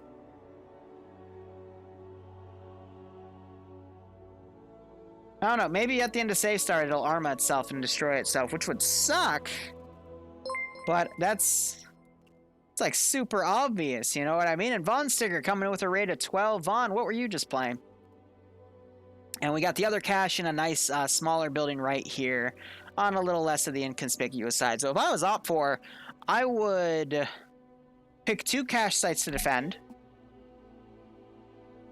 And from there... probably have some teams try to go behind blue 4 lines and hit them in the rear again, because that seems to have been working really well for both ops here. Bit of armor 3 kin to the hill. Nice.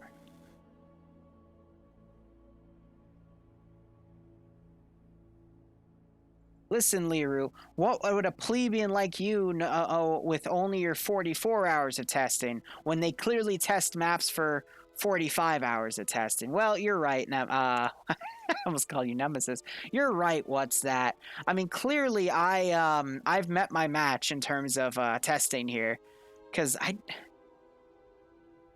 don't. That has to have physics, right? Because it's destroyable. So why? I don't know. I'm willing to say $5 and that thing will blow itself up when safe start ends.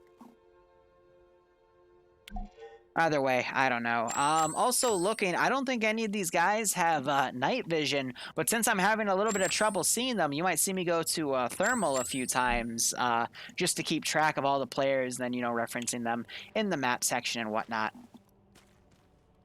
Oh, also Blue 4 has 7.62 for this. So they've got the 20 round. Actually, I don't know if there's a 20 or 30 round magazines. It might be 30 round, but yeah, we're seeing some scars being used.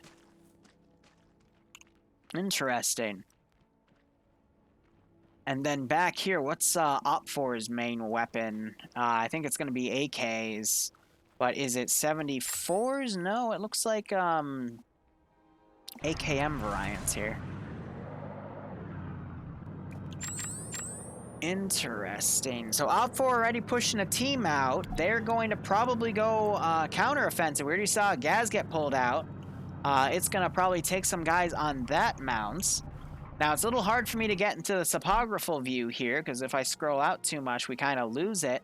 But if I was Blue 4, I'm going to be honest, I would just take everyone on the northern side. We just go north to south and clear everything as we go along and just be speedy and concise about it. Because, you know, OPT4 would probably try to send teams to try to find where Blue 4 is coming from, but Blue 4, since they have all those transport Vics, just literally take this route, come around, deploy right here, and then make your battle line. Especially since you've got forested areas right here, which will take you right into this area. Now, of course, you don't want to go into these open kill zones, but I mean, you know, you got all this forest to get up to this first objective, you got all this nice forest to get up to your second objective, and then, you know, you can also put a team out on the right side right here, which would be the west, and they can cover you as you just march your units through forest, and thus a lot of cover. Now, what I would be concerned about, though, if I was Blue 4, is because it's dark, OPT4 might put some guys in some of the pine trees and make some really nasty ambushes here. So we'll have to see how things go. Again, it's a little tough for me to spot guys, but we can watch them on thermals to get some good eyes here. Now, I am actually going to abort and load back in just to see if that's a glitch on my end. Because without those markers, it's a little tough to tell who's who.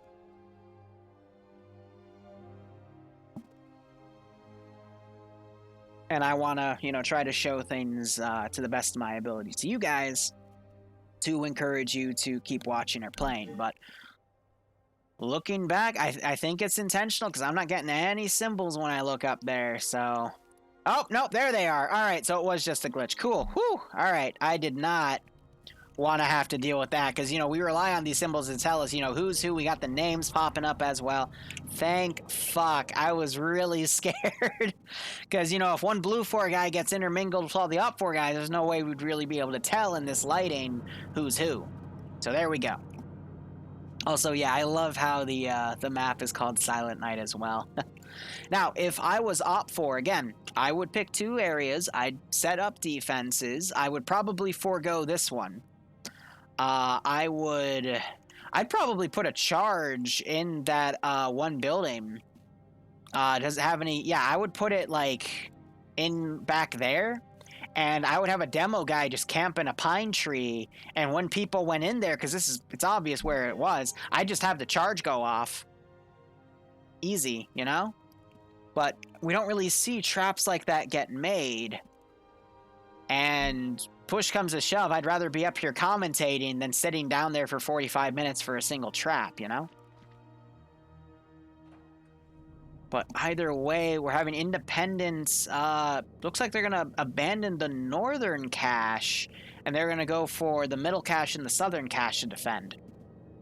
So I'm glad that Op 4 is picking only 2 caches here, because that means they're going to have less of their forces spread thin. And that way, when Blue 4 decides to do their steamroll, at least I'm assuming Blue 4 is going to do a steamroll here, it won't be as bad. When Op 4 starts losing heavy numbers.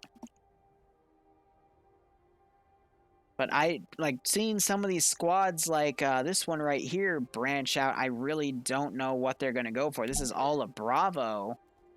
And I don't know. See, I'm not going to lie. This would have been a better cache site than that for this customized area, but who knows. All right, Larry. Thank you for the 50. Thanks for everything you've done for me. And hope you have sweet dreams. Seriously. It does put a smile on my face. Have a good FNF night, Liru. I'm going to bed, smile. Yeah, that's what I'm thinking. What's that? I think they are 7.62 20-round magazines just because of the shape. So, we'll see. But Blue 4 with 7.62s to even that advantage. That would be interesting. But there's Larry. Larry being one of the newer sub-Santas. He's crawling up because you see him in 3rd place now for all those subs. But he's been a legend this month. So, a lot of those gift subs that came out were from him. So, you know, Op 4, they've got guys set up right here. I think that they're going to go try to do a counter-offensive here, but who knows? I'm going to be really curious to see what Blue 4's plan is and what Op 4 is going to settle on in terms of where they're going to put their defensive lines and where they're going to set up those 50 cows. Because I'm going to be honest, all 3, well, maybe not the middle one, but at least these 2 towns, they're going to require a lot of 360 to cover. The northern one, not so much. We got a nice little perimeter going right here. There's just such a nice Christmas vibe to this, but, you know, it's right next to a forest, and, you know, that can be tough, especially since the forest has a little bit of the high ground going out, so just a lot of places, Blue 4 can, you know, set up machine gun teams, take a few shots, kill a guy, and then pull back and set up somewhere else. So I understand why they're ditching that spot as well, but, I mean, this town, there's a lot of places Blue 4 can cover, so Op 4 is going to have to pick a very thin defensive line here. But, I mean, this internal compound isn't too bad. You got a nice little perimeter fence here. I assume these buildings are enterable. Yep. But, I mean, I'm really worried about what's going to happen to that cache once Safe Start ends. Because if Op 4 gets that cache destroyed because it gets armored, because it's clipping into the wall, when Safe Start ends, they're going to have to quickly reposition to a different cache site. And that's just going to be messy.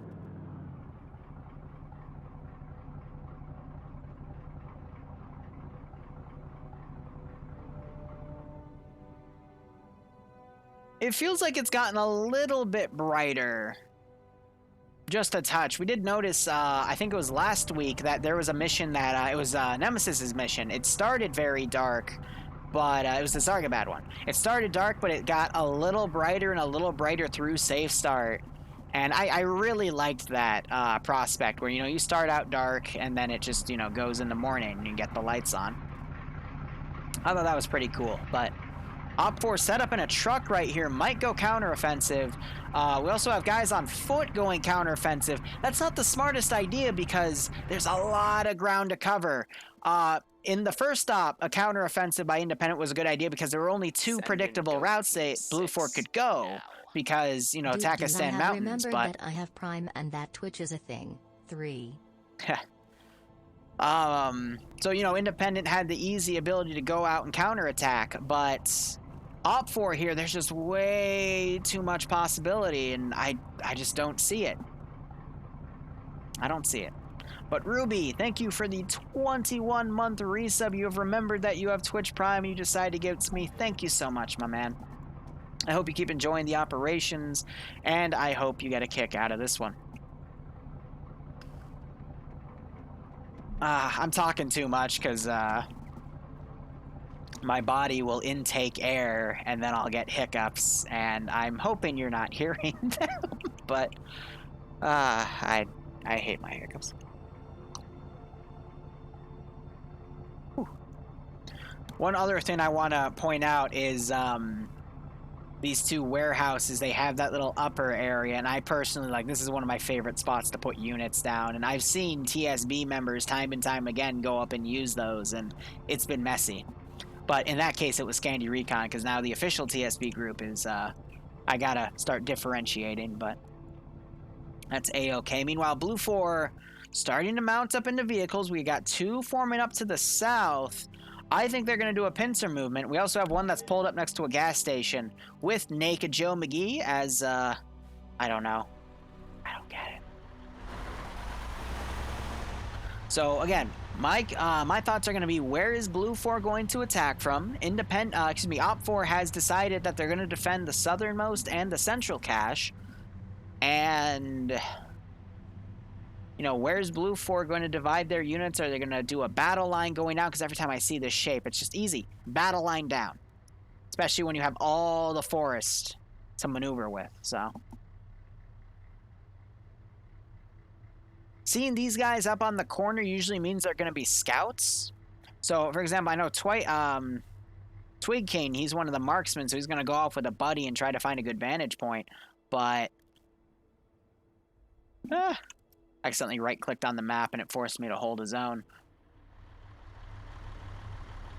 But where Blue 4 will deploy their units, if they're going to go from the south up or from the north down.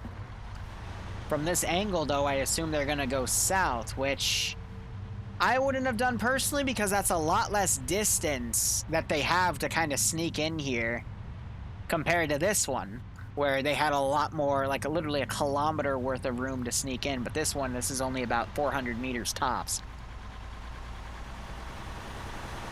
So Blue 4 is going for a pincer movement.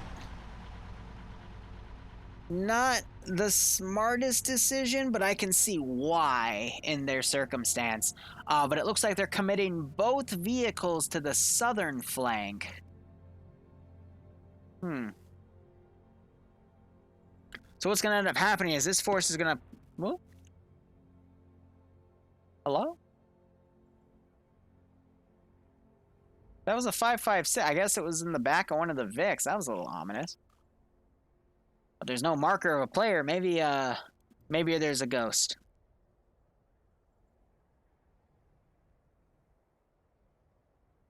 I'm trying to find them. So we got 4 transport Vics going one way, both 117s heading south, and we got 4 transport Vics going down here, but now we're seeing a further split.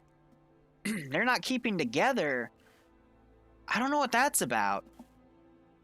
But Op 4, I think they're going to try to control the forest around this objective. We got the BRDM. No, this is a truck pushed out. They're trying to hold that one position. So that's going to initiate contact with that southern group early, unless they really ride the median. Like if they're going down this MSR and then they're going to ride it off the side. That's not the worst idea in the world, but it's going to be a tough route because it's foresty, you know? So this is all of Charlie that's pulled down right here to defend this area. Meanwhile, Blue 4, we have all of Charlie coming down. We have all of the... we have a Delta Squad lead, Delta 3, and the vehicles pulling down. Platoon HQ is going off on his own. Alpha and a Bravo team are going on these other vectors. I think they're trying to get unified here, so I guess Platoon is scouting. But French is in there. He's Blue 4 Platoon HQ. This is a very messy formation here. But I think these guys are going to regroup. So Platoon is going to recon. Alpha with Bravo is going to be the northern pincer, and then Charlie and the Delta teams are going to be the southern pincer. And we keep hearing a 5.56 shot. It's weird, but now we're having another break off. Charlie is going to go further south, and the Delta teams are going to stick with the vehicles and be the main assault. Now, the fear here is Blue 4 is now overextending their forces and breaking them apart too much, because now this entire Charlie squad might not have any issues engaging if they run into Blue 4 Charlie, for example. I don't know. I don't really like the deployment on either side, to be perfectly honest. But I like Op 4s a bit more because they at least have guys fanning out to check to see where Blue 4 is going to send their troops. I take that back. I kind of like Op 4's deployment. I just... I can understand why they didn't do the northern cache. Like, thinking about it more and more, the fact that, you know, there's a lot of room up here for Blue 4 to deploy, and the fact that the forest is right there and they get right on top of it. I get it. And then this being a nice open area to put a few guys. Again, I get it too, especially since you can lock down the forested area around it. It's just there's a lot of units kind of out and about that I feel like instead of being somewhere, they should be contacting guys that are doing recon, and all these guys should be mounted in a vehicle ready to maneuver around somewhere instead. And now we're seeing the Delta teams break off from the vehicles, which are now heading to Charlie. And they're going to go around to the top one? I don't know. This is a really weird formation. In the meantime, though, let's look and see where we can find TSB. So TSB is part of Charlie 2. And where's Scandi Recon? Scandi Recon is in Alpha 2. So Scandi Recon is a specific division within TSB of just the Scandinavian players, though NAFS has been an honorary Scandi Recon member. And then the rest of TSB, which is the newer group for Friday Night Fights, they're on their own, led by Iceberg, who's taken the community role slot for TSB.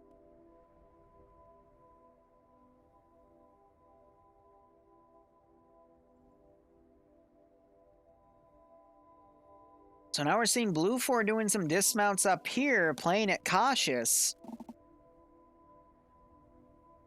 I think the biggest mistake I'm seeing right now is the fact that both vehicles are going to one single squad.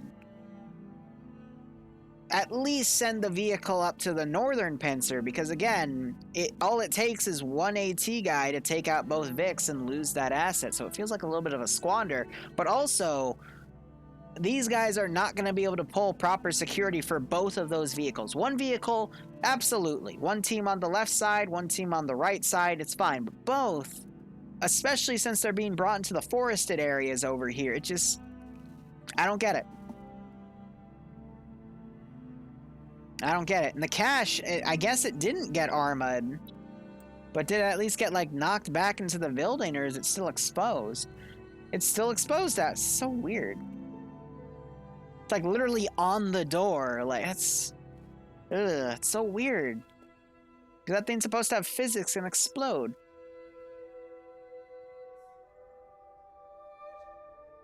So we have some Op 4 guys mounted up over here, watching for a potential southern push, which again, I would expect because, you know, a flank, just a full top-down attack would be better than a full platoon pushing in from the flank, because again, the box of Op 4 spawn was a big rectangle covering these three caches. So if you get all your guys up on one side, you can just do a small platoon battle line and cover everything. So flank attacks, again, to be expected. Plus, Blue 4 wants to stick to these forests to maneuver, because if they get caught out in open areas, then Op 4 can easily tear them up. But we're seeing a big dismount over here. This is Alpha. No, this is the Delta teams. They're playing as a squad element. Interesting. I don't think I've ever seen a Delta squad play as a squad. Usually it's just the Delta teams going to vantage points with those machine guns in the AT, but that's a very powerful weapon squad to keep together, so that's an interesting tactic. And then you have everyone else that's dismounted up here, and they're just being cautious to push up to that first objective. Now, the real question is going to be if Blue 4 can still get around all the Op 4 guys and bypass the Charlie squad push down here and get to this position. But we have another line of Op 4 guys holding that far flank, so somewhere in this sector, Op 4 is going to catch wind of Blue 4. And that was another gunshot, and now Op 4 knows that Blue 4 is here because that was a 5.56 gun. So much for that advantage, but now Op 4 at least knows that there's something down here because that wasn't one any of their fucking guns. So, nice. Don't you love it when you have that one guy that discharges his gun? See, normally if this was a TSB op and these were AI, I'd send 1 or 2 guys to go check that out. But in a PvP situation, these guys now know that they're here, and knowledge, I hate to quote Reading Rainbow, or no, it's G.I. Joe. Knowing is half the battle. That cannot be understated in Friday night fights. Because if you know where your enemy is going to attack from, you can set up a defensive line and wait for them to come to you, especially if you're the defending faction, and then catch them in an open area, let your machine gun tear them apart, and you can get 3 or 4 kills right out in the open. And it's that level of PvP. We saw it in the last round. 2 guys stopped an entire push by a numerically superior force, and that was lost in the blink of an eye. Now I'm seeing a further split by the Delta team. Some guys watching west, some watching south. And we're watching this force now come up. So, I mean, right now it's just stalling for time. There's still going to be about another 10 minutes of maneuvering here. It's not going to be by much, though. If this is a 50-minute round, Blue 4 is not going to have a lot of time to get on top of these positions. So this might be an hour-long round, but even so, gonna be messy. So we have Standers coming down here. I guess he's trying to look for where that Blue 4 gunshot went off. But these guys now getting really thinned out here. If they wanted to be super cautious, they could just ride down here. But we might see Standers come up and get a kill or 2. We're seeing a good formation. Decent fire team wedge formed right there for a moment. But Standers still doesn't know. Oh, this is TSB. Oh, God. I don't think Standers has spotted any of them yet. He thinks he might have, but there was no one in that sector. Audrey had already moved off, so instead he's going to go left. So we're seeing now Op 4's Charlie team. Since someone discharged his gun on Blue 4, they know something's down here, so now they're sending their force. And the first bout of PvP is probably going to be up there. But look at this. The Op 4, this is the marksman. So he has a spotter right here. They're coming around. They're in the belly of the beast because this is all the Delta team guys with the heavy machine guns. Oh, that's... And they have no idea. That's the best part. They have no idea that there's about 15 to 20 dudes right here and they're going to walk away, but... Ay. So TSB has a large group tracking them. Then again, I don't think Op 4 knows. Op 4 doesn't know exactly where Blue 4 is. They know that there was a gunshot and there is something over here, but I guess TSB is doing the force recon roll. But at the same time, they are being chased down. We've got admins of FNF over here. Koak's a good player. Gorski's a good player. Rek is another good player. Stanners is a good player. Pierce, I mean, these are some vets. And I don't mean to throw TSB under the bus here, but I think they are a little outmatched. Both by tactics, veterancy, and numerical.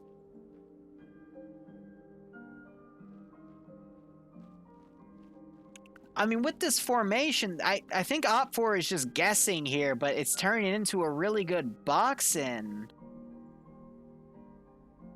I want to give them the benefit of the doubt, but they're about to be walked up on. Maybe the piano will give them some help. But okay, I will say this. They're at least pulling some good fucking 360 here. Alright? They're not watching the exact Eastern route, but this is better 360 than I've seen most other groups do. So again, give him the benefit of the doubt. Mox might actually see some movement in a second. But Russ is exposed here. Pierce might have just spotted him. Yep, Husky is now going aggroed. And they're now looking around to try to see what's going on.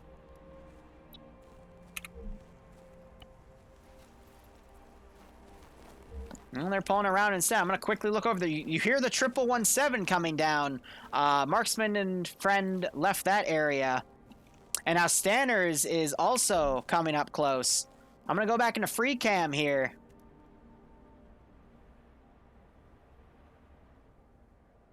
Stanners has definitely gotten eyes on some of these guys. Probably Russ. Russ. But yeah, now Op4, they're getting in the trees, and they're trying to see how many Blue 4 guys are around here. Oh, my babies are about to get slaughtered. And I don't think Blue 4 has any idea that they're here. Mox went prone, but he's already been prone.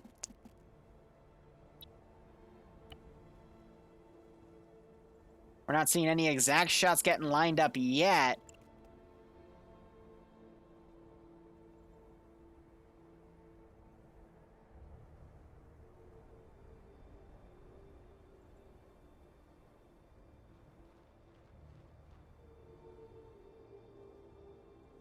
Oh, my babies, no. No, they're in the open field. Will Op4 take the shot? That's a really good bunching. And they don't. They let my babies live, for now. They might run into, Stalingrad here, though. Now.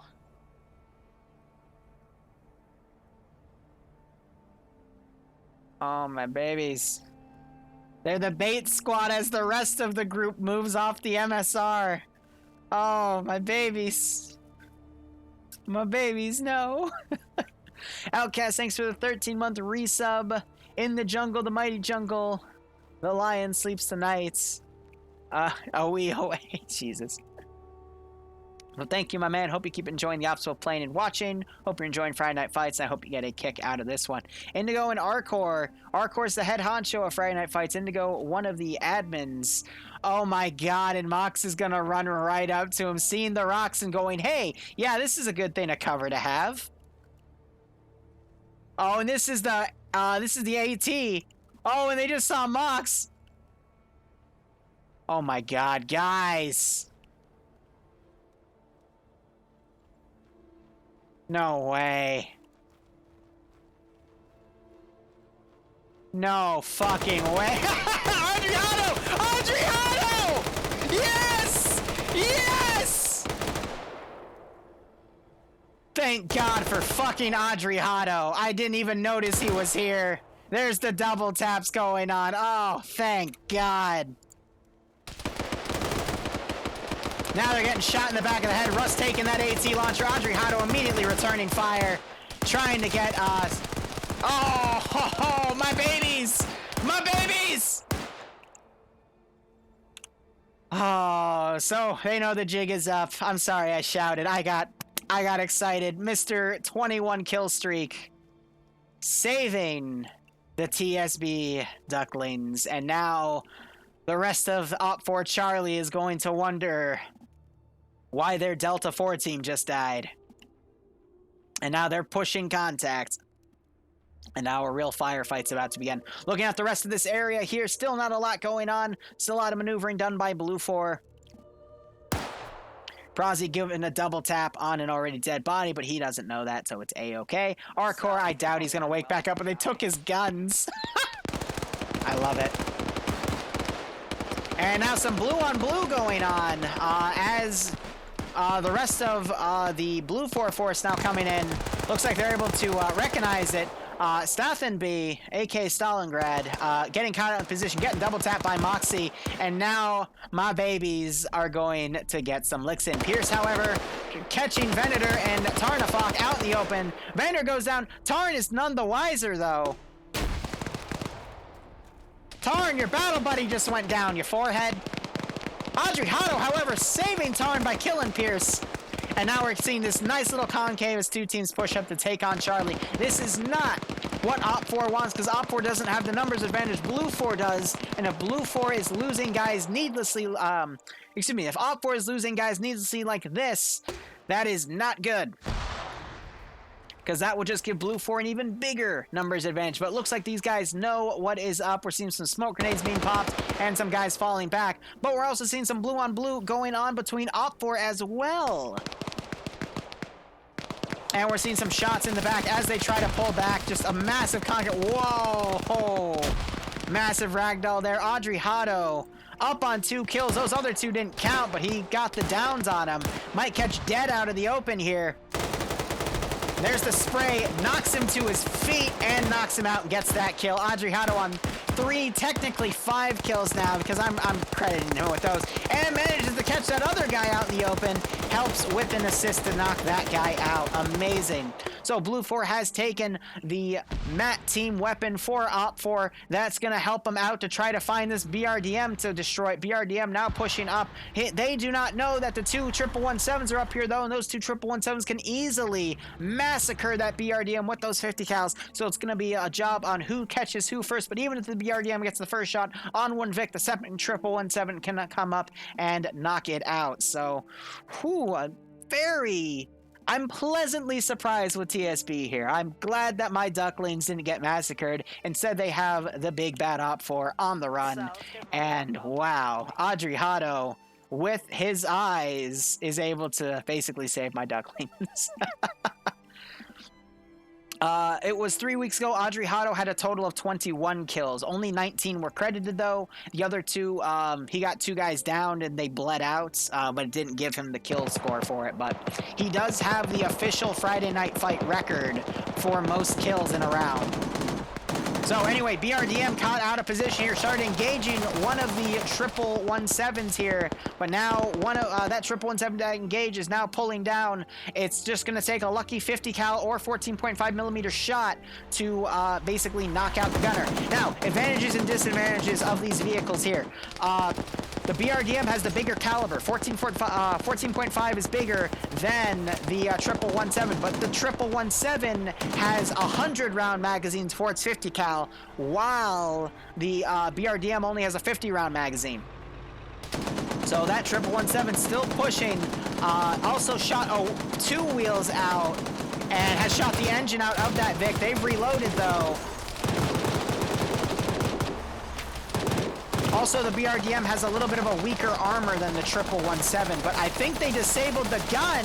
The driver hasn't noticed yet, and that driver just made that Vic a sit and duck, and there's the kills. So the BRDM wins that fight due to miscommunication by the driver and gunner here.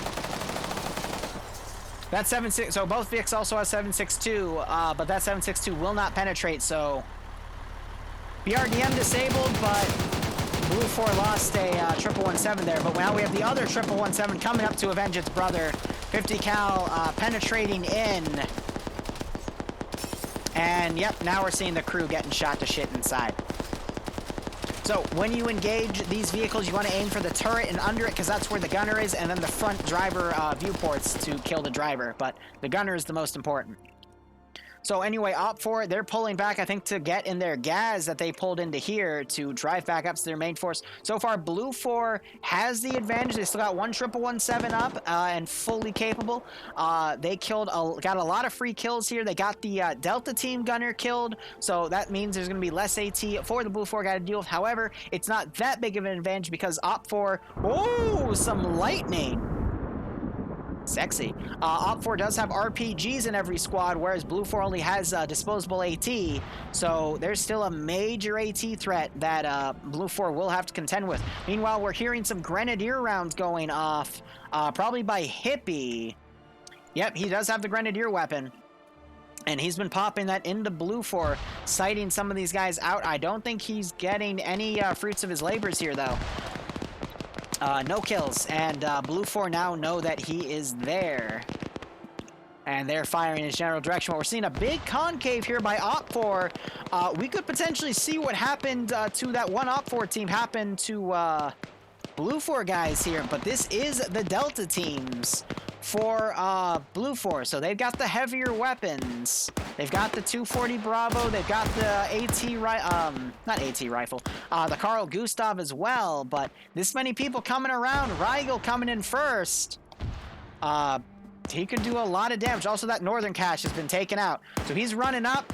He's going to aim for Severe first. 2 to the back of the head. He just Hillary Clinton Severe, and Hudson and Drake are none the wiser. Rigel coming up.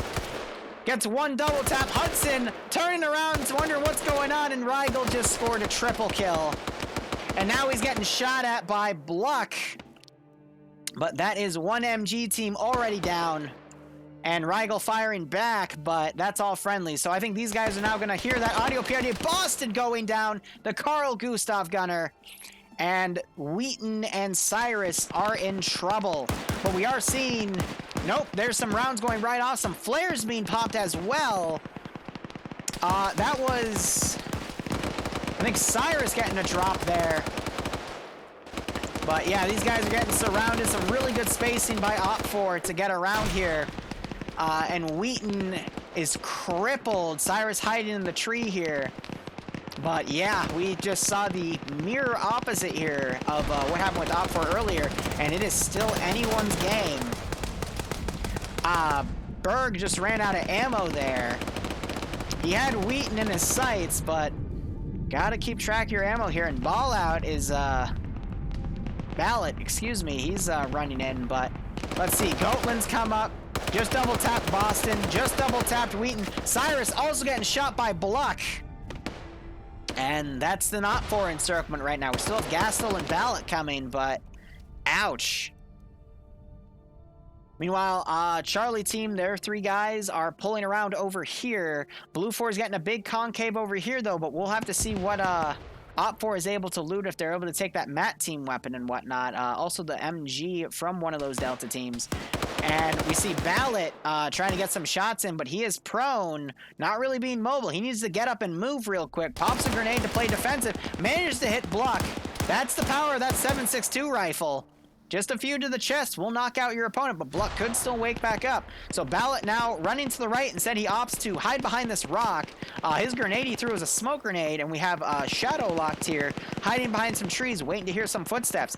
Gastel here also trying to get some licks in, but he is being tracked by Goatland, who is another really good player. More lightning. Goatland, wow, lucky headshot, back of the head.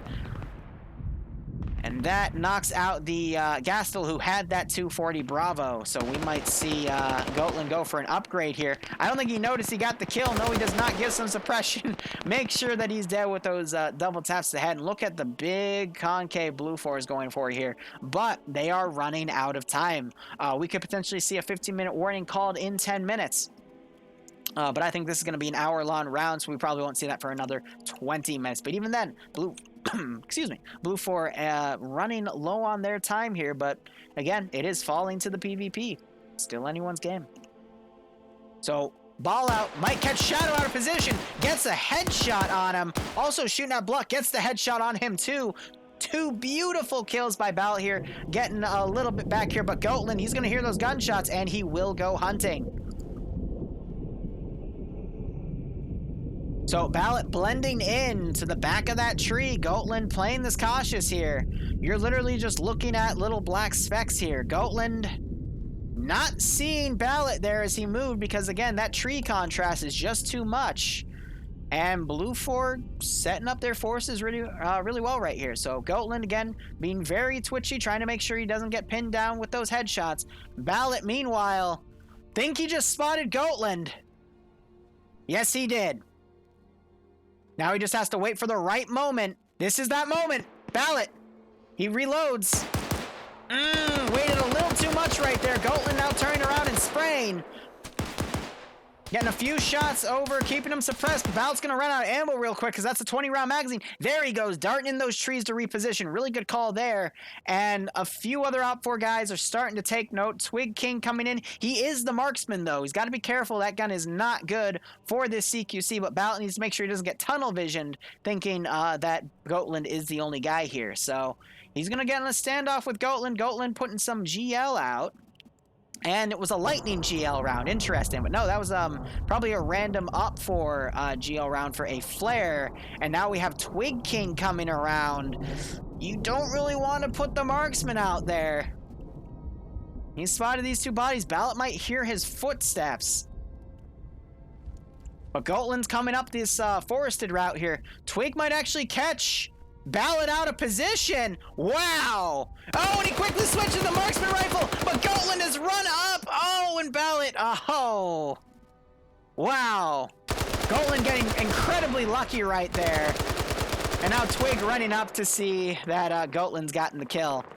Oh, that's unlucky for Ballot. I mean, he got accidentally pincered by two guys, but he would have gotten Gotland killed. But, Twig saving him just by running up to the contact. Clever girl, yeah, right? Anyway, we just saw Oddball suppress up into this building. Managed to knock out 2600. Brody, not the best idea to go on the same window that you just took fire from because they're already looking at that window. But some Grenadier rounds coming up here too.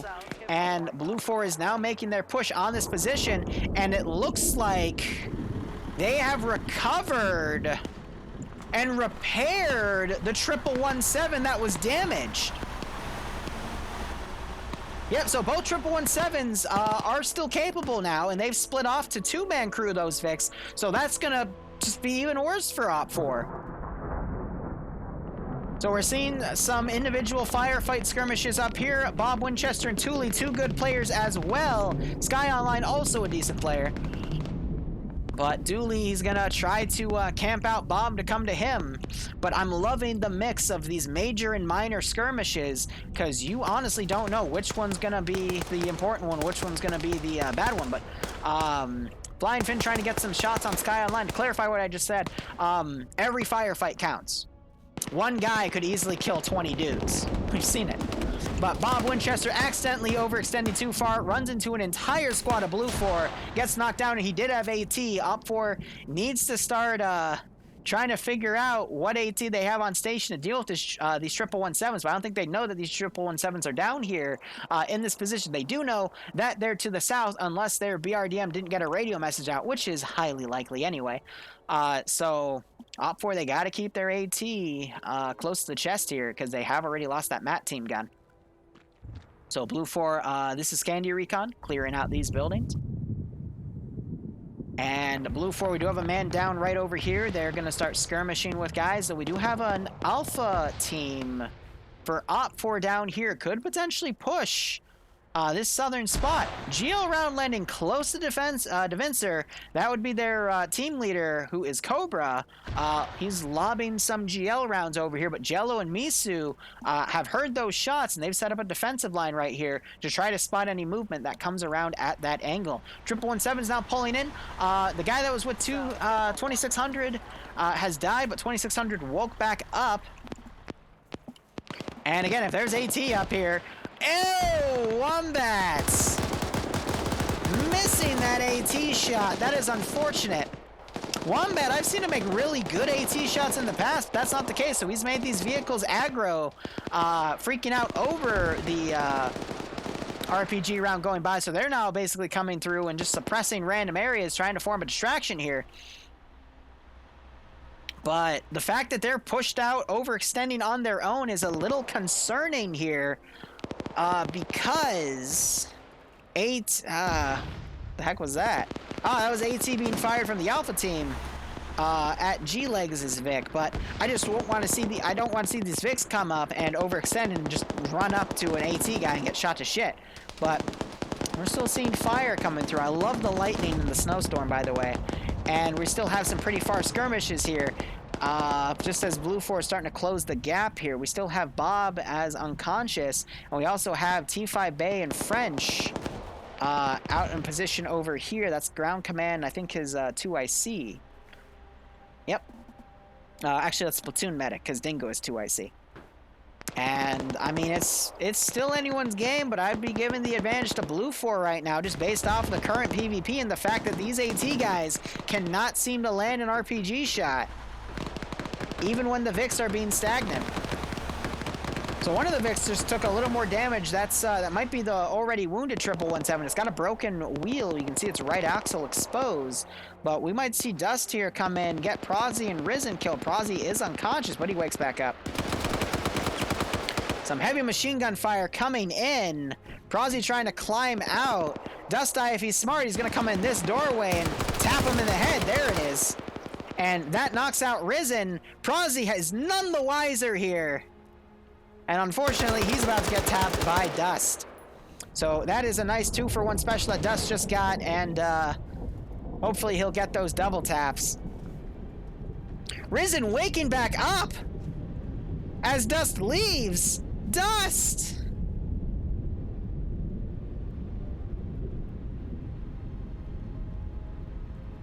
And Dust is opting to bandage himself. Always double tap, ladies and gentlemen, because just because you knocked him out doesn't mean it's over. Meanwhile, we're seeing a little bit of a medical situation going on as they try to bring Vito back up. And Prozzy's also woken back up. So Dust now coming in here, gets the double tap on Prozzy. Risen is still alive, though. He could go avenge his brother. You got to hear those reload sounds. Oh, if I heard those reload sounds, I would have ran out there immediately. Instead, going for a grenade throw, misses it. Now he's going to give away his position. But looks like Dust is none the wiser. Come on, Risen. You got to crawl out there and get him.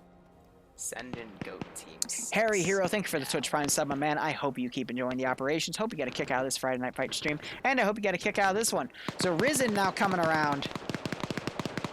We just saw Matto get shot by... Audrey Hotto just got shot by something. Don't know what that was about. And Dust easily dropping Risen because he came around where he was set up. I get the coming around, but I don't know. It's hard to speculate what's on their mind. I guess because he knew he got shot from that angle, he was trying to be cheeky and come around. But in reality, Dust was busy hitting the guys over here. Audrey Hotto, unfortunately, going down. I guess got picked off by something. I don't know what, though. I hope he gets mediced up, though, because he is such a good player. And we have Dingo and Fred that have pushed right up to this cache. They could take this cache out from right under Op4's nose because Op4's too busy focusing on what's in front of him. Luso, he is the platoon commander. He is pushing back, looking for a potential back cap. But Op4 has pulled off of this position. And Blue 4 is now coming in, led by Scandi Recon. I don't see any demo in here, though, for any potential traps. So that is unfortunate. Maybe it's on the top. No, we do have some bandages on top yet. There's the 15 minutes remaining call, so it is a 50-round match. But timing-wise, it is still pretty even here. Sorry for that white flash here. And we have Striker here, living up to his name. He has stolen a 117. That could turn it around for Op4 here. He's going to back off. I don't know why those guys dismounted that Vic. That was a really dumb call, but he could get out. And double tap. But we have the other 117 coming up now. Striker now opening that door. Oh, he could knock out the other 117 with this. And he's pushing Tarnfall's body out too. But he goes the other direction. I love it. Audrey Hotto still down, but 2-6 got double taps. Devincer might try to pick up Audrey Hotto, but he is in one of the newer down animations. But Striker is going to just leave with his bounty here. And this southern push is falling apart. We did just have Dingo die. I guess he was trying to come up to the cache. And Luso camping that one position. Where did Dingo die?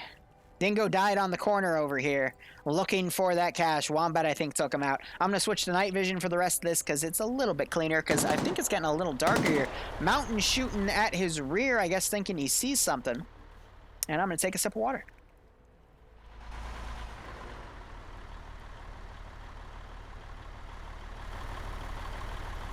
So Striker switching to the gunner. Donner is now going to drive, and Op4 has successfully stolen a 1117. Meanwhile, we have Dust now coming up. He's gotten those 2 kills, hunting the rest of TSB with STS. And this is where TSB will die. Slushy, nope, he's still alive. Oh god, it's fish in a barrel.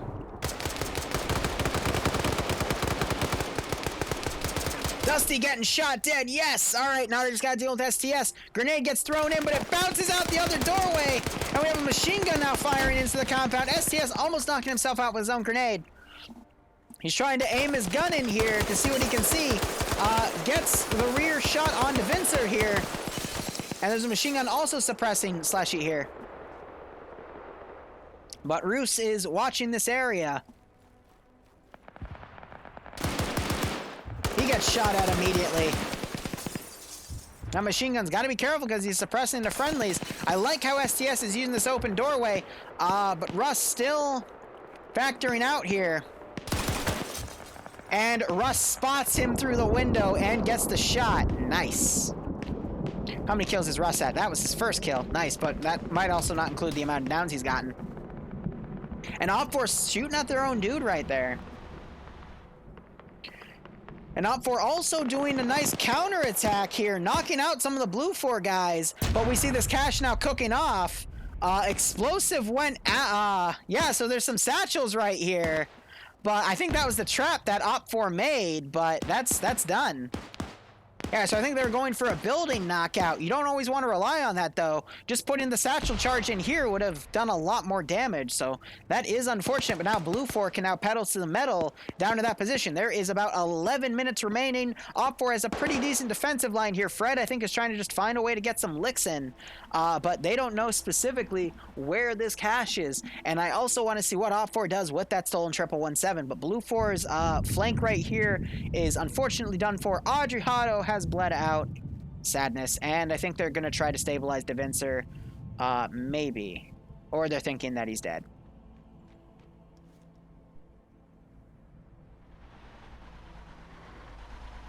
So Fred is the marksman. It's a bit close.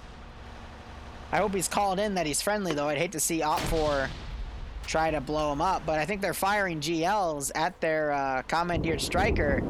Striker has driven right off.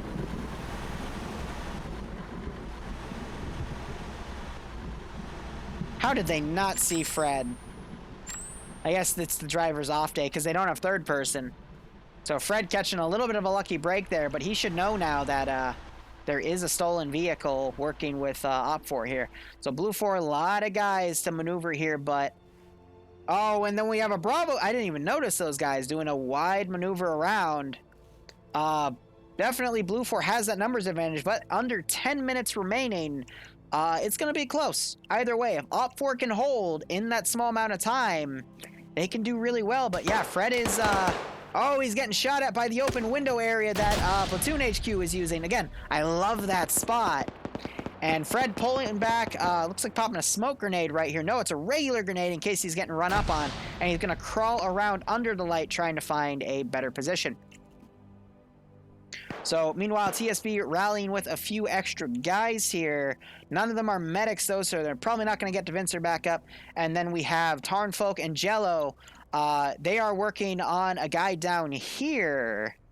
So maybe if they stabilize Devincer, Jello will be able to get Tarnfolk up, and then they can get another guy up, because everybody is going to count for this. But look at the massive spread of Blue 4 guys that are coming down. But again, it only takes 2 guys to do that flank with what we saw in that last round to even it out and win it for their team. So Fred we have sneaking in here. He's going to be very, very cautious. Unfortunately, Jonathan saw him, and that is it for Fred.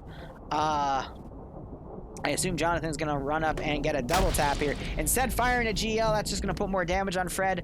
Decrease the likeliness of him waking back up. Oh, speaking of wake back up, Fred wakes back up. That was unlikely, because, you know, 2 GLs to the back usually would do sufficient damage to prevent it, but I've seen guys that were on the verge of drowning wake back up. There was an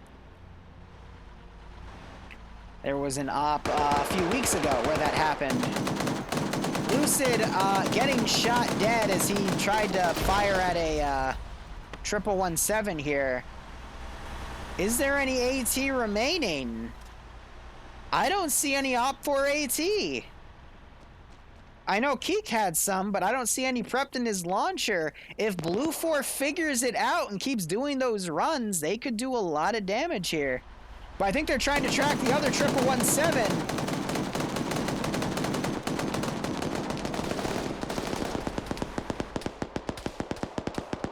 That's a big ouch. So, one 1117 trying to chase the other. Do these guys have AT? No, they do not, but they might know that that's a hostile 1117 here. Fred's still sneaking around in this building. 7.5 minutes remaining. Kiki is, or it would be Kakuta. Kakuta is dead. Never mind. Fade is trying to flank around to try to find Fred. Or at least make sure that he's dead. This 1117 pushing out way ahead. These guys, meanwhile, pulled into a ditch to do some repairs, so that 1117 is not going to be able to find them. And we also have Twig Kane, who is the marksman.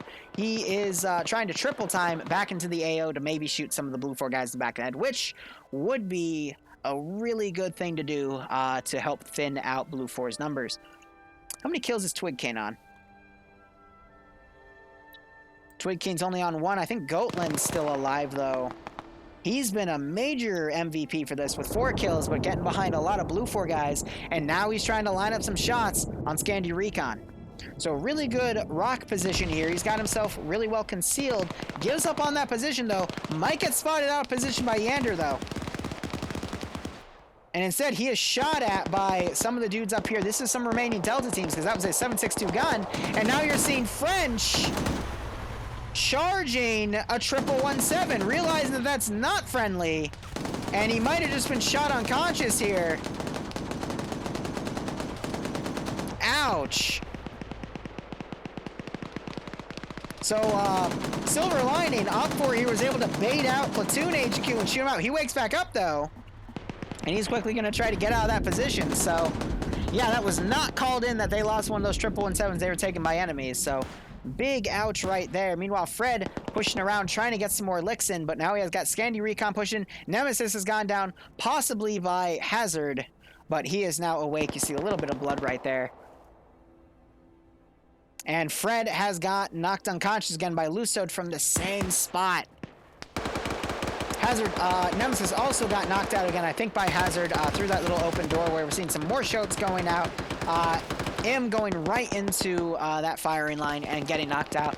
5 minutes remaining. This is going to be close. It's going to fall to the PvP. So far, Op 4 has been doing a good job, but that can change in the blink of an eye. Golton still unconscious. I think he woke back up. But that 1117 is going to come back in, and it could do some significant damage here. But it's being chased by the other 1117, and you're hearing that 50 cal firing. They are trying to kill the crew out. No, they're firing with 7.62. There's the 50 cal they need to use. It's going behind, trying to at least kill Naps. Doesn't get the kill there. Gunner has just been shot out. Driver's still alive, though. He's trying to back up to possibly ram it into the other 1117. Flares going off as well. Russ pushing in. Shooting at Cyrus, doing a little bit of a miss PID right there. He's at 2 kills now. Might catch Jonathan on position. No, he goes down. Should have used that Matt team gun to blow the building up. And 1117 has successfully shot out everyone in that other 1117. Twig King coming around, trying to find some marksman shots. He's not going to find anyone at that angle, at least. Yuri going down. Flying Finn pushing around. I'm switching to regular vision now to look at this merry little winter wonderland. Lusod on the top. Finn pushing in, trying to shoot at Jonathan. Gets knocked out by Lusod on that top roster. Fade now running in. 3 minutes, 45 seconds remaining. But that 1117 is going to pop up and possibly start spraying this building down with 50 cal. Yander also crawling up. Finn waking back up, getting a kill on, I already forgot his name, but unfortunately the cache has been destroyed by the 1117 because it was partially exposed. And that is the game. Blue 4, I'm not gonna call it a clutch, because just look at the numbers here. If Op 4 won, it would have been a good clutch, but wow. Wow, oh wow. TSB subverting my expectations there, doing a lot better and able to take a scenario where they were about to be encircled, instead getting the encirclement on that Charlie squad. And then from there, just Blue 4 kept that PvP going, and it was absolutely amazing. Absolutely amazing. We're going to go up, listen to local comms here. I'm not going to do a raid We'll be up and running, because we're going to be back in about an hour and 10 minutes. Yeah. VNA event will start in an hour. If you guys have any feedback, please put.